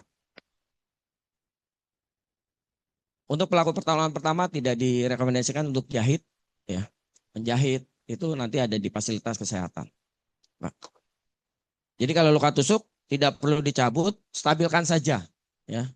Ini di gambar ada, tinggal distabilkan posisinya kanan kiri.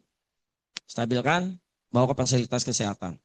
Tadi kalau sudah dicabut, bagaimana? Berarti kita perawatan luka terbuka. Ya. Jangan ambil bendanya ditancepin lagi. Karena buru-buru beda tempat kan. Pertama di kiri, kedua di kanan gitu. Jadi dua lukanya. Luka di dada, ini. Kalau luka di dada menggunakan pembalut oklusif. Ya. Pembalut oklusif itu eh, pembalut khusus. Jadi dia menggunakan plastik untuk menjaga supaya udara yang dari luar tidak bisa masuk ke dalam rongga dada. Ya. Jadi kasarnya udara yang dari rongga dada boleh keluar, tapi yang dari luar nggak boleh masuk. Nanti kita akan praktekkan. Gigitan binatang ini nanti eh, sama seperti perawatan luka ya. Kalau gigitannya besar, ingat apapun binatangnya segera bawa ke fasilitas kesehatan. Ya, khawatirnya tadi rabies atau segala macam. Ya, ya langsung aja. Binatangnya perlu ditangkap? Perlu. Tapi kalau tidak ada waktu jangan dicariin ya. Yang penting segera tolong korbannya. Mimisan. Penanganan mimisan diapain? Tundukan atau tengadakan? Kenapa nunduk? Gambarnya nunduk soalnya. Kenapa nunduk? Supaya darahnya tidak masuk lagi. Kenapa sih nggak boleh masuk lagi? Darah yang sudah keluar dari pembuluh darah dia akan mengalami pembekuan. Kalau ditengadakan, khawatirnya nanti di sini malah menyumbat jalan nafas. Ya, ditundukkan. Kemudian habis tundukan diapain? Kasih es. Di mananya kasih es? Tahu sih, wah dikompres es aja. Di hidung atau di kepala? Ayo, ayo. Di hidung atau di kepala? Ya. Di dahi, pindah lagi. Dahi. Gitu. Semuanya boleh nggak pakai es balok gitu kan? Satu paket. Temennya bingung berantem. Kompres es, di mana? Hidung. Temennya bawa es balok, udah sekalian aja semuanya. Satu paket ya. Kalau kita beraktivitas di lapangan, kondisi cuaca cukup terik, panas, kita bisa kompres bagian kepalanya. Karena mungkin orang tua dulu pernah bilang ya, kalau mimisan kepalanya harus diguyur air untuk mendinginkan. Jadi bisa dikompres di sini atau di cuping hidung. Ya, kompresnya cuping hidung bisa ditekan, kemudian kompres untuk menghentikan perdarahan. Boleh pakai daun sirih? Nah, lo. Kenapa nggak boleh? Ada yang tahu nggak fungsinya daun sirih apa sih? Kan selama ini taunya kalau ada mimisan kasih daun sirih kan? Fungsinya untuk apa? Hmm? Antiseptik. Kalau daunnya cuma dibuat kerucut, antiseptiknya keluar nggak? Ambil bener sih pakai daun sirih, buat kerucut doang, masukkan ke dalam hidung. Antiseptiknya keluar nggak? Enggak kan? Aromanya aja juga nggak cium. Karena antiseptik di daun sirih, ketika digerus baru dia akan keluar antiseptiknya. Ya, jadi kalau sebenarnya dikasih antiseptik karena mungkin khawatirnya di sini ada luka, itu satu. Kedua untuk menghilangkan bau amis. Ya, kan perdarahan di sini biasanya untuk membersihkan bisa menggunakan daun sirih. Tapi digerus dulu. Terus jangan cuma dibuat kerucut, masukkan ke dalam hidung. Antiseptiknya keluar? Enggak. Apa bedanya dengan daun pisang? Bentuk kerucut masukin aja. Karena memang daun sirih mengandung antiseptik, tapi dia harus digerus. Ya, jadi digerus, bersihkan, boleh. Atau kalau nggak ada daun sirih, untuk menghilangkan bau amis bisa bersihkan dengan air garam. Ya, untuk menghilangkan bau amis. Oke. Ada yang menanyakan? Perawatan luka. Nanti kita akan praktekkan semua perawatan luka ini. Ya. Ini luka lecet ya. Ini luka tusuk sama jangan mencabut letakan kain untuk menstabilkan. Ya. Ini mimisan, kompres dingin, ya. Hidung. Boleh? Silakan. Saya minta 2 orang ke depan. Kita mulai dari perawatan luka kecil, abrasi.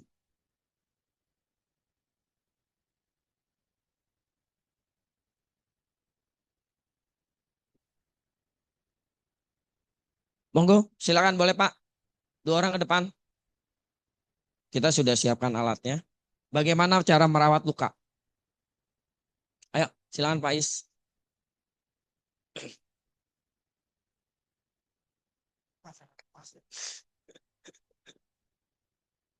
Siapa yang mau nolong? Pak Is. Oke, ini alatnya ada di sini semua. Luka lecet atau abrasi ya, di punggung tangan. Lukanya di punggung tangan. Silakan Pak. Itu alatnya, gunakan semua.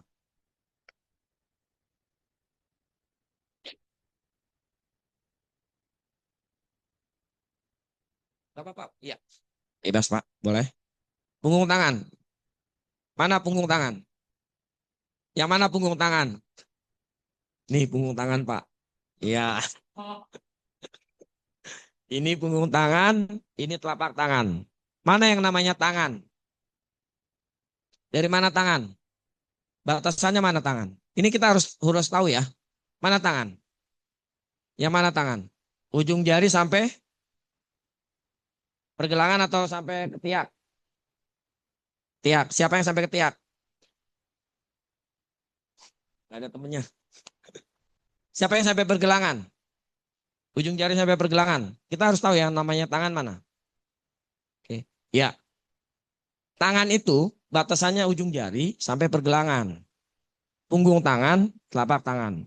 Dari bahu sampai pergelangan namanya lengan. Lengan atas, bahu sampai siku, lengan atas. Lengan bawah, siku sampai pergelangan. Ya. Silakan Pak. Punggung tangan. Bukannya lecet.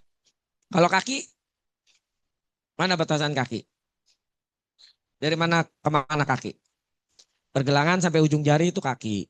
Atas punggung kaki, bawah telapak kaki. Paha namanya apa? Tungkai. Ini tungkai atas namanya paha, tungkai bawah namanya tulang kering atau betis. Ya. Jadi jangan ketukar lagi. Lukanya lecet ya Pak. Ya. Dipotong. Kasa gulung atau perban gulung nggak boleh dipotong. Gunakan sampai habis. Ya. Nggak boleh dipotong Pak. Kenapa ini nggak boleh dipotong? Iya. Begitu dia sudah kita gunakan, keluar dari plastik, ini kan kita pegang kan? Belum lagi tangan kita mungkin bisa kerja bercak darah atau kotor. Jadi ini dihabiskan. Jangan nanti digunting, simpen. Yang terjadi apa? Ini udah kotor, masukin plastik lagi. Begitu masuk tas P3K belum tentu masuk plastik. Jadi ini gunakan sampai habis. Ya, ya Pak. Nah ini Pak. Balut elastis. Ya. Jadi kalau luka kecil diapain? Bersihkan. Kasih antiseptik. Tutup. Ya. Kalau kita beraktivitas di luar, tutup untuk menjaga kotoran supaya tidak menempel atau kontaminasi. Tutupnya gayanya bebas ya. Ngebalutnya yang penting selama luka ini ditutup boleh. Ya. Bebas saja Pak.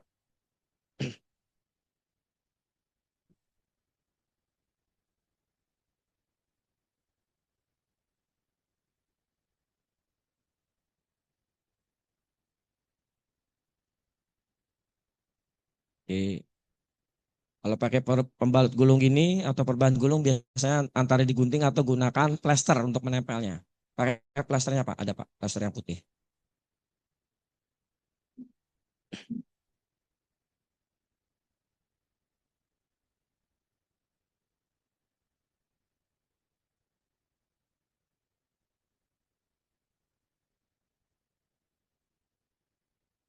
Oke, sip.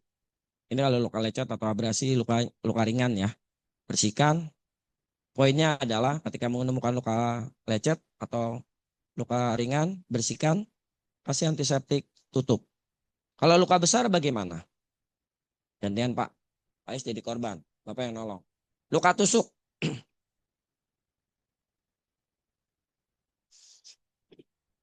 luka tusuk, ya. Jadi kan luka tusuk, benda yang menancap tidak boleh dicabut. Tinggal buat stabilkan saja.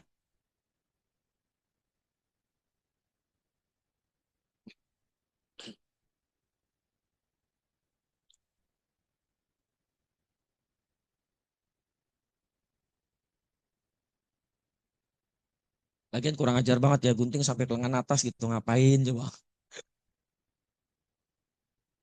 Pilihannya ada dua. Mau gunting atau yang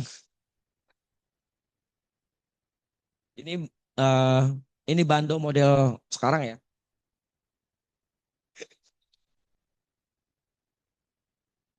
Oke, silakan Pak. Bendanya menancap. Lakukan tindakan pertolongan. Stabilkan. Cara menstabilkannya gunakan apa?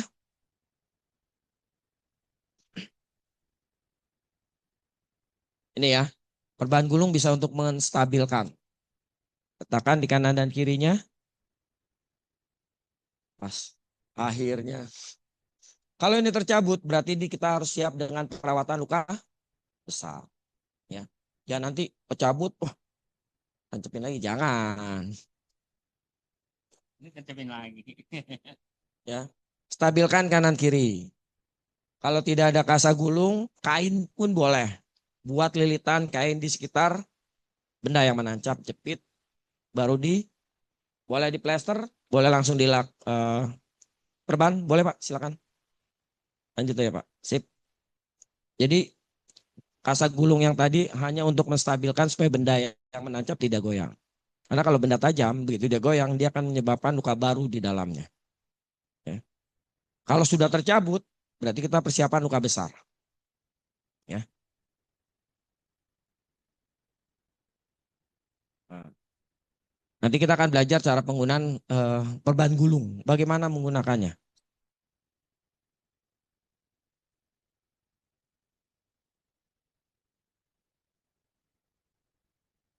Ya, terus Pak, jangan sampai goyang Pak.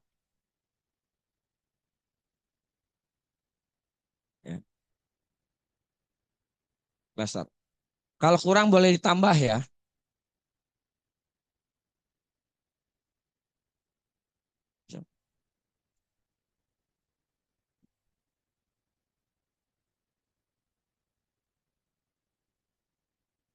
Kalau misalkan perban gulungnya kurang, boleh ditambah. Udah? Ya, silakan duduk Pak.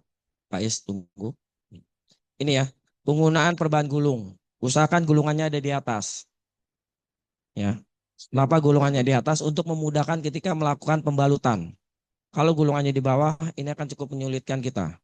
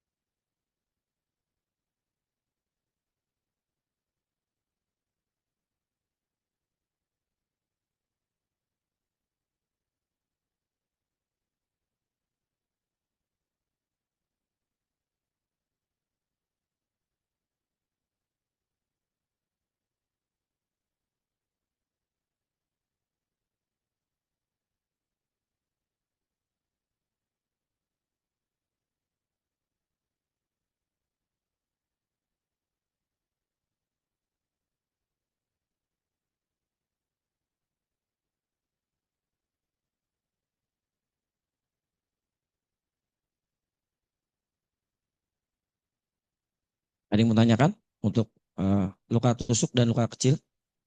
Kalau luka besar seperti apa penanganannya? Ayo, luka besar diapain? Oh, mau tanya, boleh.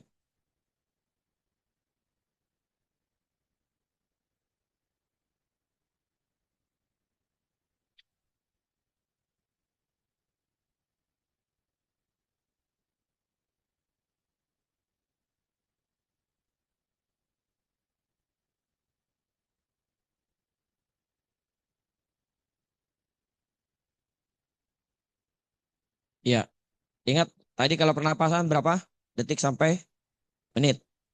Kalau perdarahan menit sampai jam. Ya, kalau misalkan kita mengalami luka besar, tutup saja. Ya, dia masih bisa bertahan 1 sampai 2 jam. Apalagi kalau misalkan pembuluhnya bukan pembuluh darah besar ya, tidak di nadi. Ya, kalau di vena masih aman. Ya, jadi dia berhitungnya sampai jam. Jadi kalau tadi perawatan luka kecil, bersihkan, kasih antiseptik, tutup. Kalau luka besar, tutup dulu. Tidak perlu berpikir harus dibersihkan atau kasih antiseptik. Kenapa? Ini perdarahan, darahnya mengalir. Kasih antiseptik, yang terjadi apa? Antiseptiknya kebuang. Ya.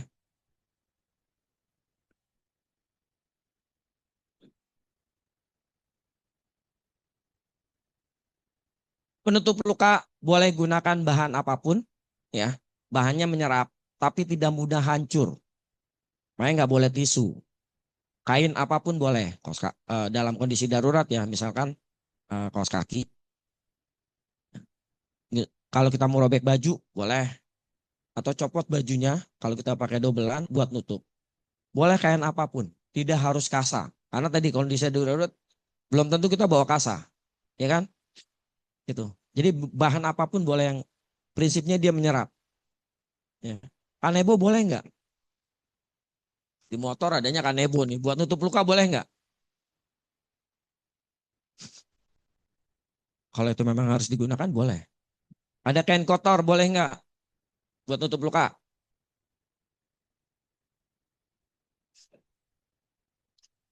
Bicaranya kita bukan di fasilitas kesehatan. Kondisi darurat, oh adanya kain. Misalkan kain majun ya. Majun kan biasanya kan ada kan buat di lap. Gunakan aja. Yang sering masyarakat lakukan adalah ketika dia ada alat untuk menutup luka tapi tidak bersih, dia takut. Yang ditakutin apa? Infeksi. Kapan terjadinya infeksi?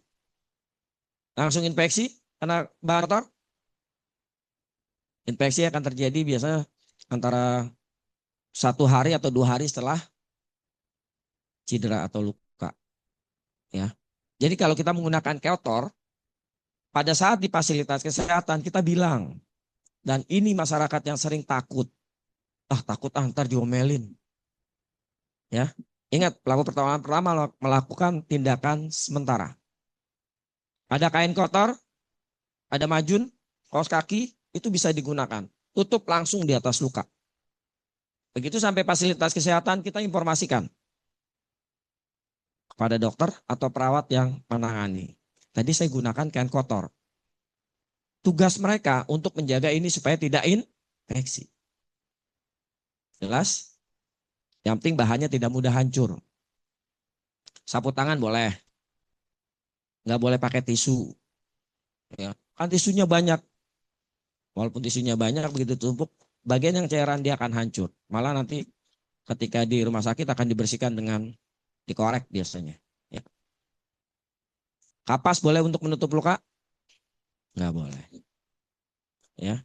Jadi boleh kain apapun buat menutup luka. Kalau perdarahan itu hitungannya menit sampai jam. Ya. Bagaimana kalau perdarahan besar? Silakan.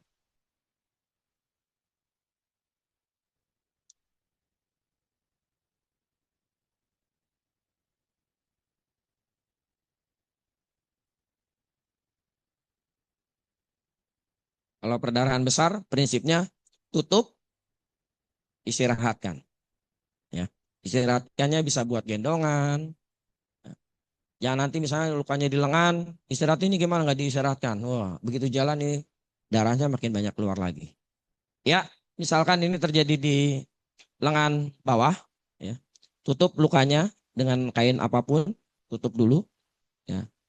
Kemudian tahankan penutup luka, bisa menggunakan. Kalau banyak respon, bisa dia suruh bantu pegang ya, ya. Kenapa harus komunikasi dengan korban? Supaya tetap menjaga kesadaran korban. Kalau dia bisa bantu Pak, bisa pegang nggak? Berarti kita tahu, oke, dia responnya masih baik, tidak ada cedera di, ya. Tutup lukanya, ya. Kemudian pertahankan penutup luka, bisa gunakan perban gulung, ya. Nah, digulung ini sekuat mungkin. Kalau bagaimana misalkan sudah ditutup, darahnya masih merembes, tambah lagi penutupnya, ya. Jadi jangan dibuka, tambahin aja. Misalnya kita sudah pasang perban gulung, darahnya masih keluar lagi terus, tambahin saja. Ya. Kalau sudah kebanyakan bisa dilepas. Tapi penutup luka yang menempel di luka ini nggak boleh dilepas. Jadi biarkan. Karena kalau ini dilepas, yang terjadi apa? Luka baru. Ya kan? Tadinya darahnya sudah menutup, kering. Begitu dibuka, perdarahannya kan membuka lagi. Ya. Kemudian bagaimana istirahatkan? Bisa dibuat gendongan. Untuk gendongan, nanti Bapak dan Ibu bisa menggunakan alat yang ada di sekitar. Bisa lanyard, ya, tali nemtek, atau mungkin kalau yang pria yang menggunakan kemeja bisa gunakan buka kancingnya satu, letakkan. Nah, ini hanya untuk menjaga supaya dia tidak banyak bergerak. Karena kalau dia banyak bergerak berarti perdarahannya akan keluar terus. Ini buat gendongan dengan kain mitela. Ini namanya pembalut segitiga atau mitela. Kalau menggunakan kain mitela, gendongan, ikatan tidak boleh di tengah. Ikatannya silakan samping kanan atau kiri, ya.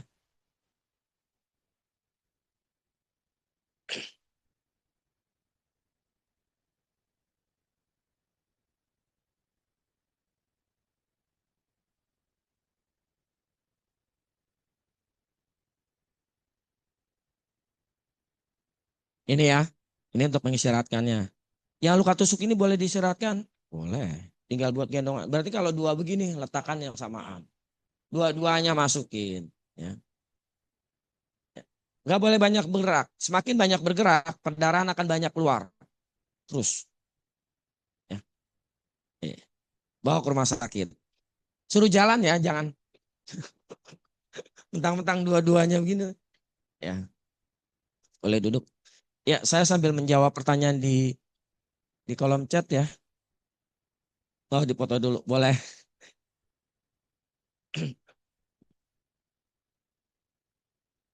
Jarang-jarang kan foto korban lagi senyum. Ya, fungsi cairan alkohol itu digunakan hanya untuk membersihkan tadi ya alat. Dia tidak boleh lagi digunakan untuk membersihkan luka dari Pak Huda. Ya, jadi cairan alkohol itu biasanya digunakan untuk membersihkan alat. Ya.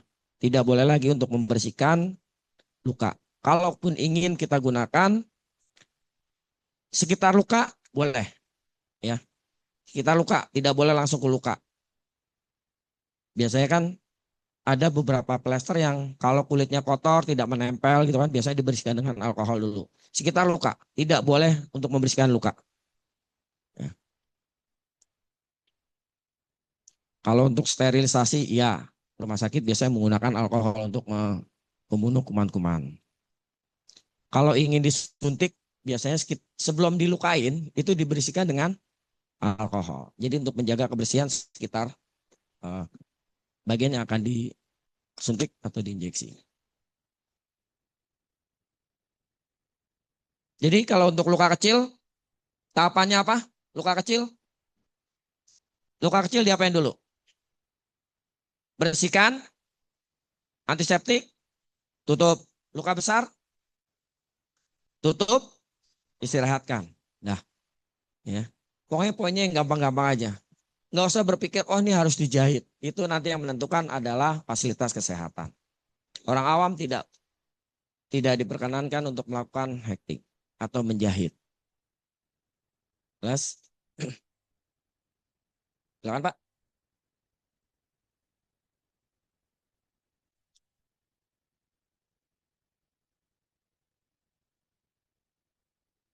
Ada yang bertanyakan untuk perawatan luka? Ini mimisan tadi ya. Tundukan, cuping hidung yang ini ya. Yang antara tulang lunak dan keras. Boleh dikompres. Ya, ini cuping hidung namanya. Dan posisi tengadakan. Tinggal kita cari alas atau tempat untuk menampung darah yang keluarnya. Supaya kalau itu tidak ditampung khawatirnya apa? Darahnya berceceran. Ya, orang yang takut darah begitu ngeliat, wah kayak kejadiannya. Jadi harus diberikan wadah perdarahan dalam. Lebam. Kalau lebam, perawatannya diapain? Kompres. Kompresnya apa nih? Es apa hangat? Kenapa hangat? Untuk mencairkan. Ada dua ya. Kalau dia baru terjadi, hangat apa dingin? Dingin. Karena untuk menutup, kalau di kompres es kan membeku. Pembuluh darah kan menutup. Tapi kalau sudah 1 hari, untuk mengembalikannya, baru kompres hangat. Ya. Jadi kalau baru kejadian nih, kebentur, kompres es. Lebih 1 hari atau besoknya kompres hangat. Untuk mengembalikan darah yang membeku tadi. Maksud tergantung Pak ya.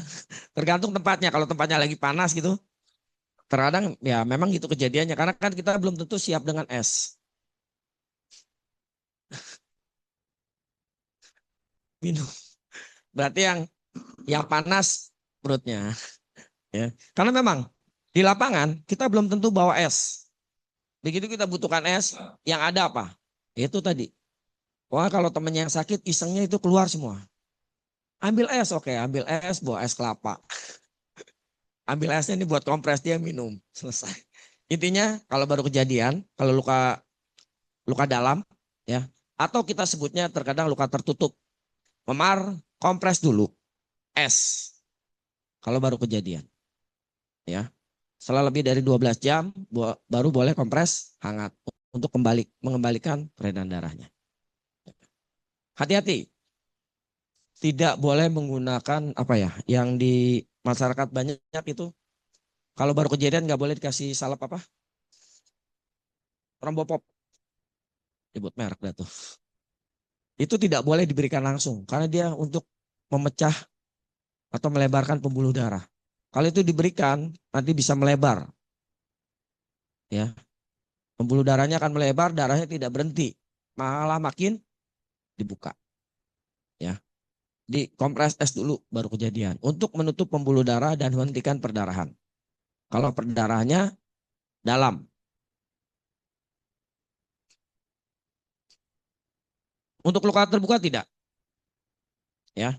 Luka terbuka nih kayak tadi kompres es yang terjadi apa? Banyak air masuk ke dalam, ya. Perdarahannya berhenti? Enggak, karena es akan mencair, ya. Jadi kalau terbuka tutup langsung dengan kain apapun yang menyerap, tidak mudah hancur. Itu intinya, ya. Ya, luka panasnya kenapa? Demam. Oh, itu luka bakar nanti ada. Tenang Pak, nanti ada luka bakar Pak. Ini trauma.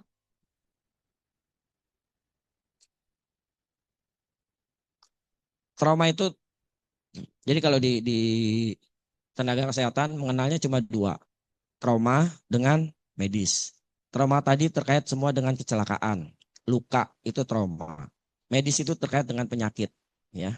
Jadi nanti jangan kaget kalau ke IGD kita bawa, oke, toto perawat atau dokter di depannya bilang, oke, trauma. Dia hanya akan sebutkan trauma medis, trauma medis. Nah, itu untuk mengetahui kondisi si korban apa. Kalau misalkan kita bawa orang pingsan, dia akan bilang, oke, medis. Ya. Siapa yang pernah jalan-jalan ke IGD? Apa yang dilihat di lantai IGD? Warna merah, kuning, hijau, hitam. Itu untuk menentukan di mana korban akan ditaruh. Warna hijau kondisinya sadar, ya, walaupun ada luka. Merah dia mengalami luka, kesadarannya menurun. Jadi itu bukan garis yang dibuat supaya bagus, tidak. Dia akan masuk ke ruangan sesuai dengan kondisi korban. Jadi penanganannya sudah disesuaikan. Yang paling keren warna hitam biasanya. Itu nggak belok, pasti lurus ke belakang, ya, kamar jenazah. Ya, jadi itu untuk menentukan, eh, mungkin kalau kita sebutnya klasifikasi ya, kondisi korban seperti apa menyesuaikan dengan warnanya. Ya. Ini trauma atau patah tulang ya, cedera nih. Yang atas patah tulang tertutup, yang bawah patah tulang bedanya tertutup dan terbuka cuma kalau tulangnya kelihatan itu terbuka dan pasti ada luka. Ya. Kalau patah tulang tertutup belum tentu ada luka. Kalau patah tulang terbuka biasanya pasti ada luka. Oke? Kalau sendi keluar dari mangkok sendi itu namanya dislokasi. Ya. Sakitnya sakitan mana? Sama Pak. Karena nggak bisa digerakin. Itu sakit banget. Dislokasi. Kenapa dislokasi lebih nyeri? Karena dia adalah sendi yang harus bergerak. Bergerak dikit pasti akan, walaupun sudah dinyatakan sembuh ya, biasanya dia masih akan terasa. Siapa yang pernah mengalami cedera ankle? Ya. Walaupun udah lama tetap aja kayaknya akan, ya. Kalau persendian itu agak lama. Ya, sakit memang kalau persendian. Karena dia anggota yang terus bergerak. Tapi kalau patah tulang dia aman. Begitu sudah disanggah, dia tidak banyak bergerak, nyerinya akan walaupun sama-sama sakit ya. Tapi kalau yang namanya di sendi, waduh. Apalagi yang udah pernah ankle-nya, mau bergerak itu pasti akan,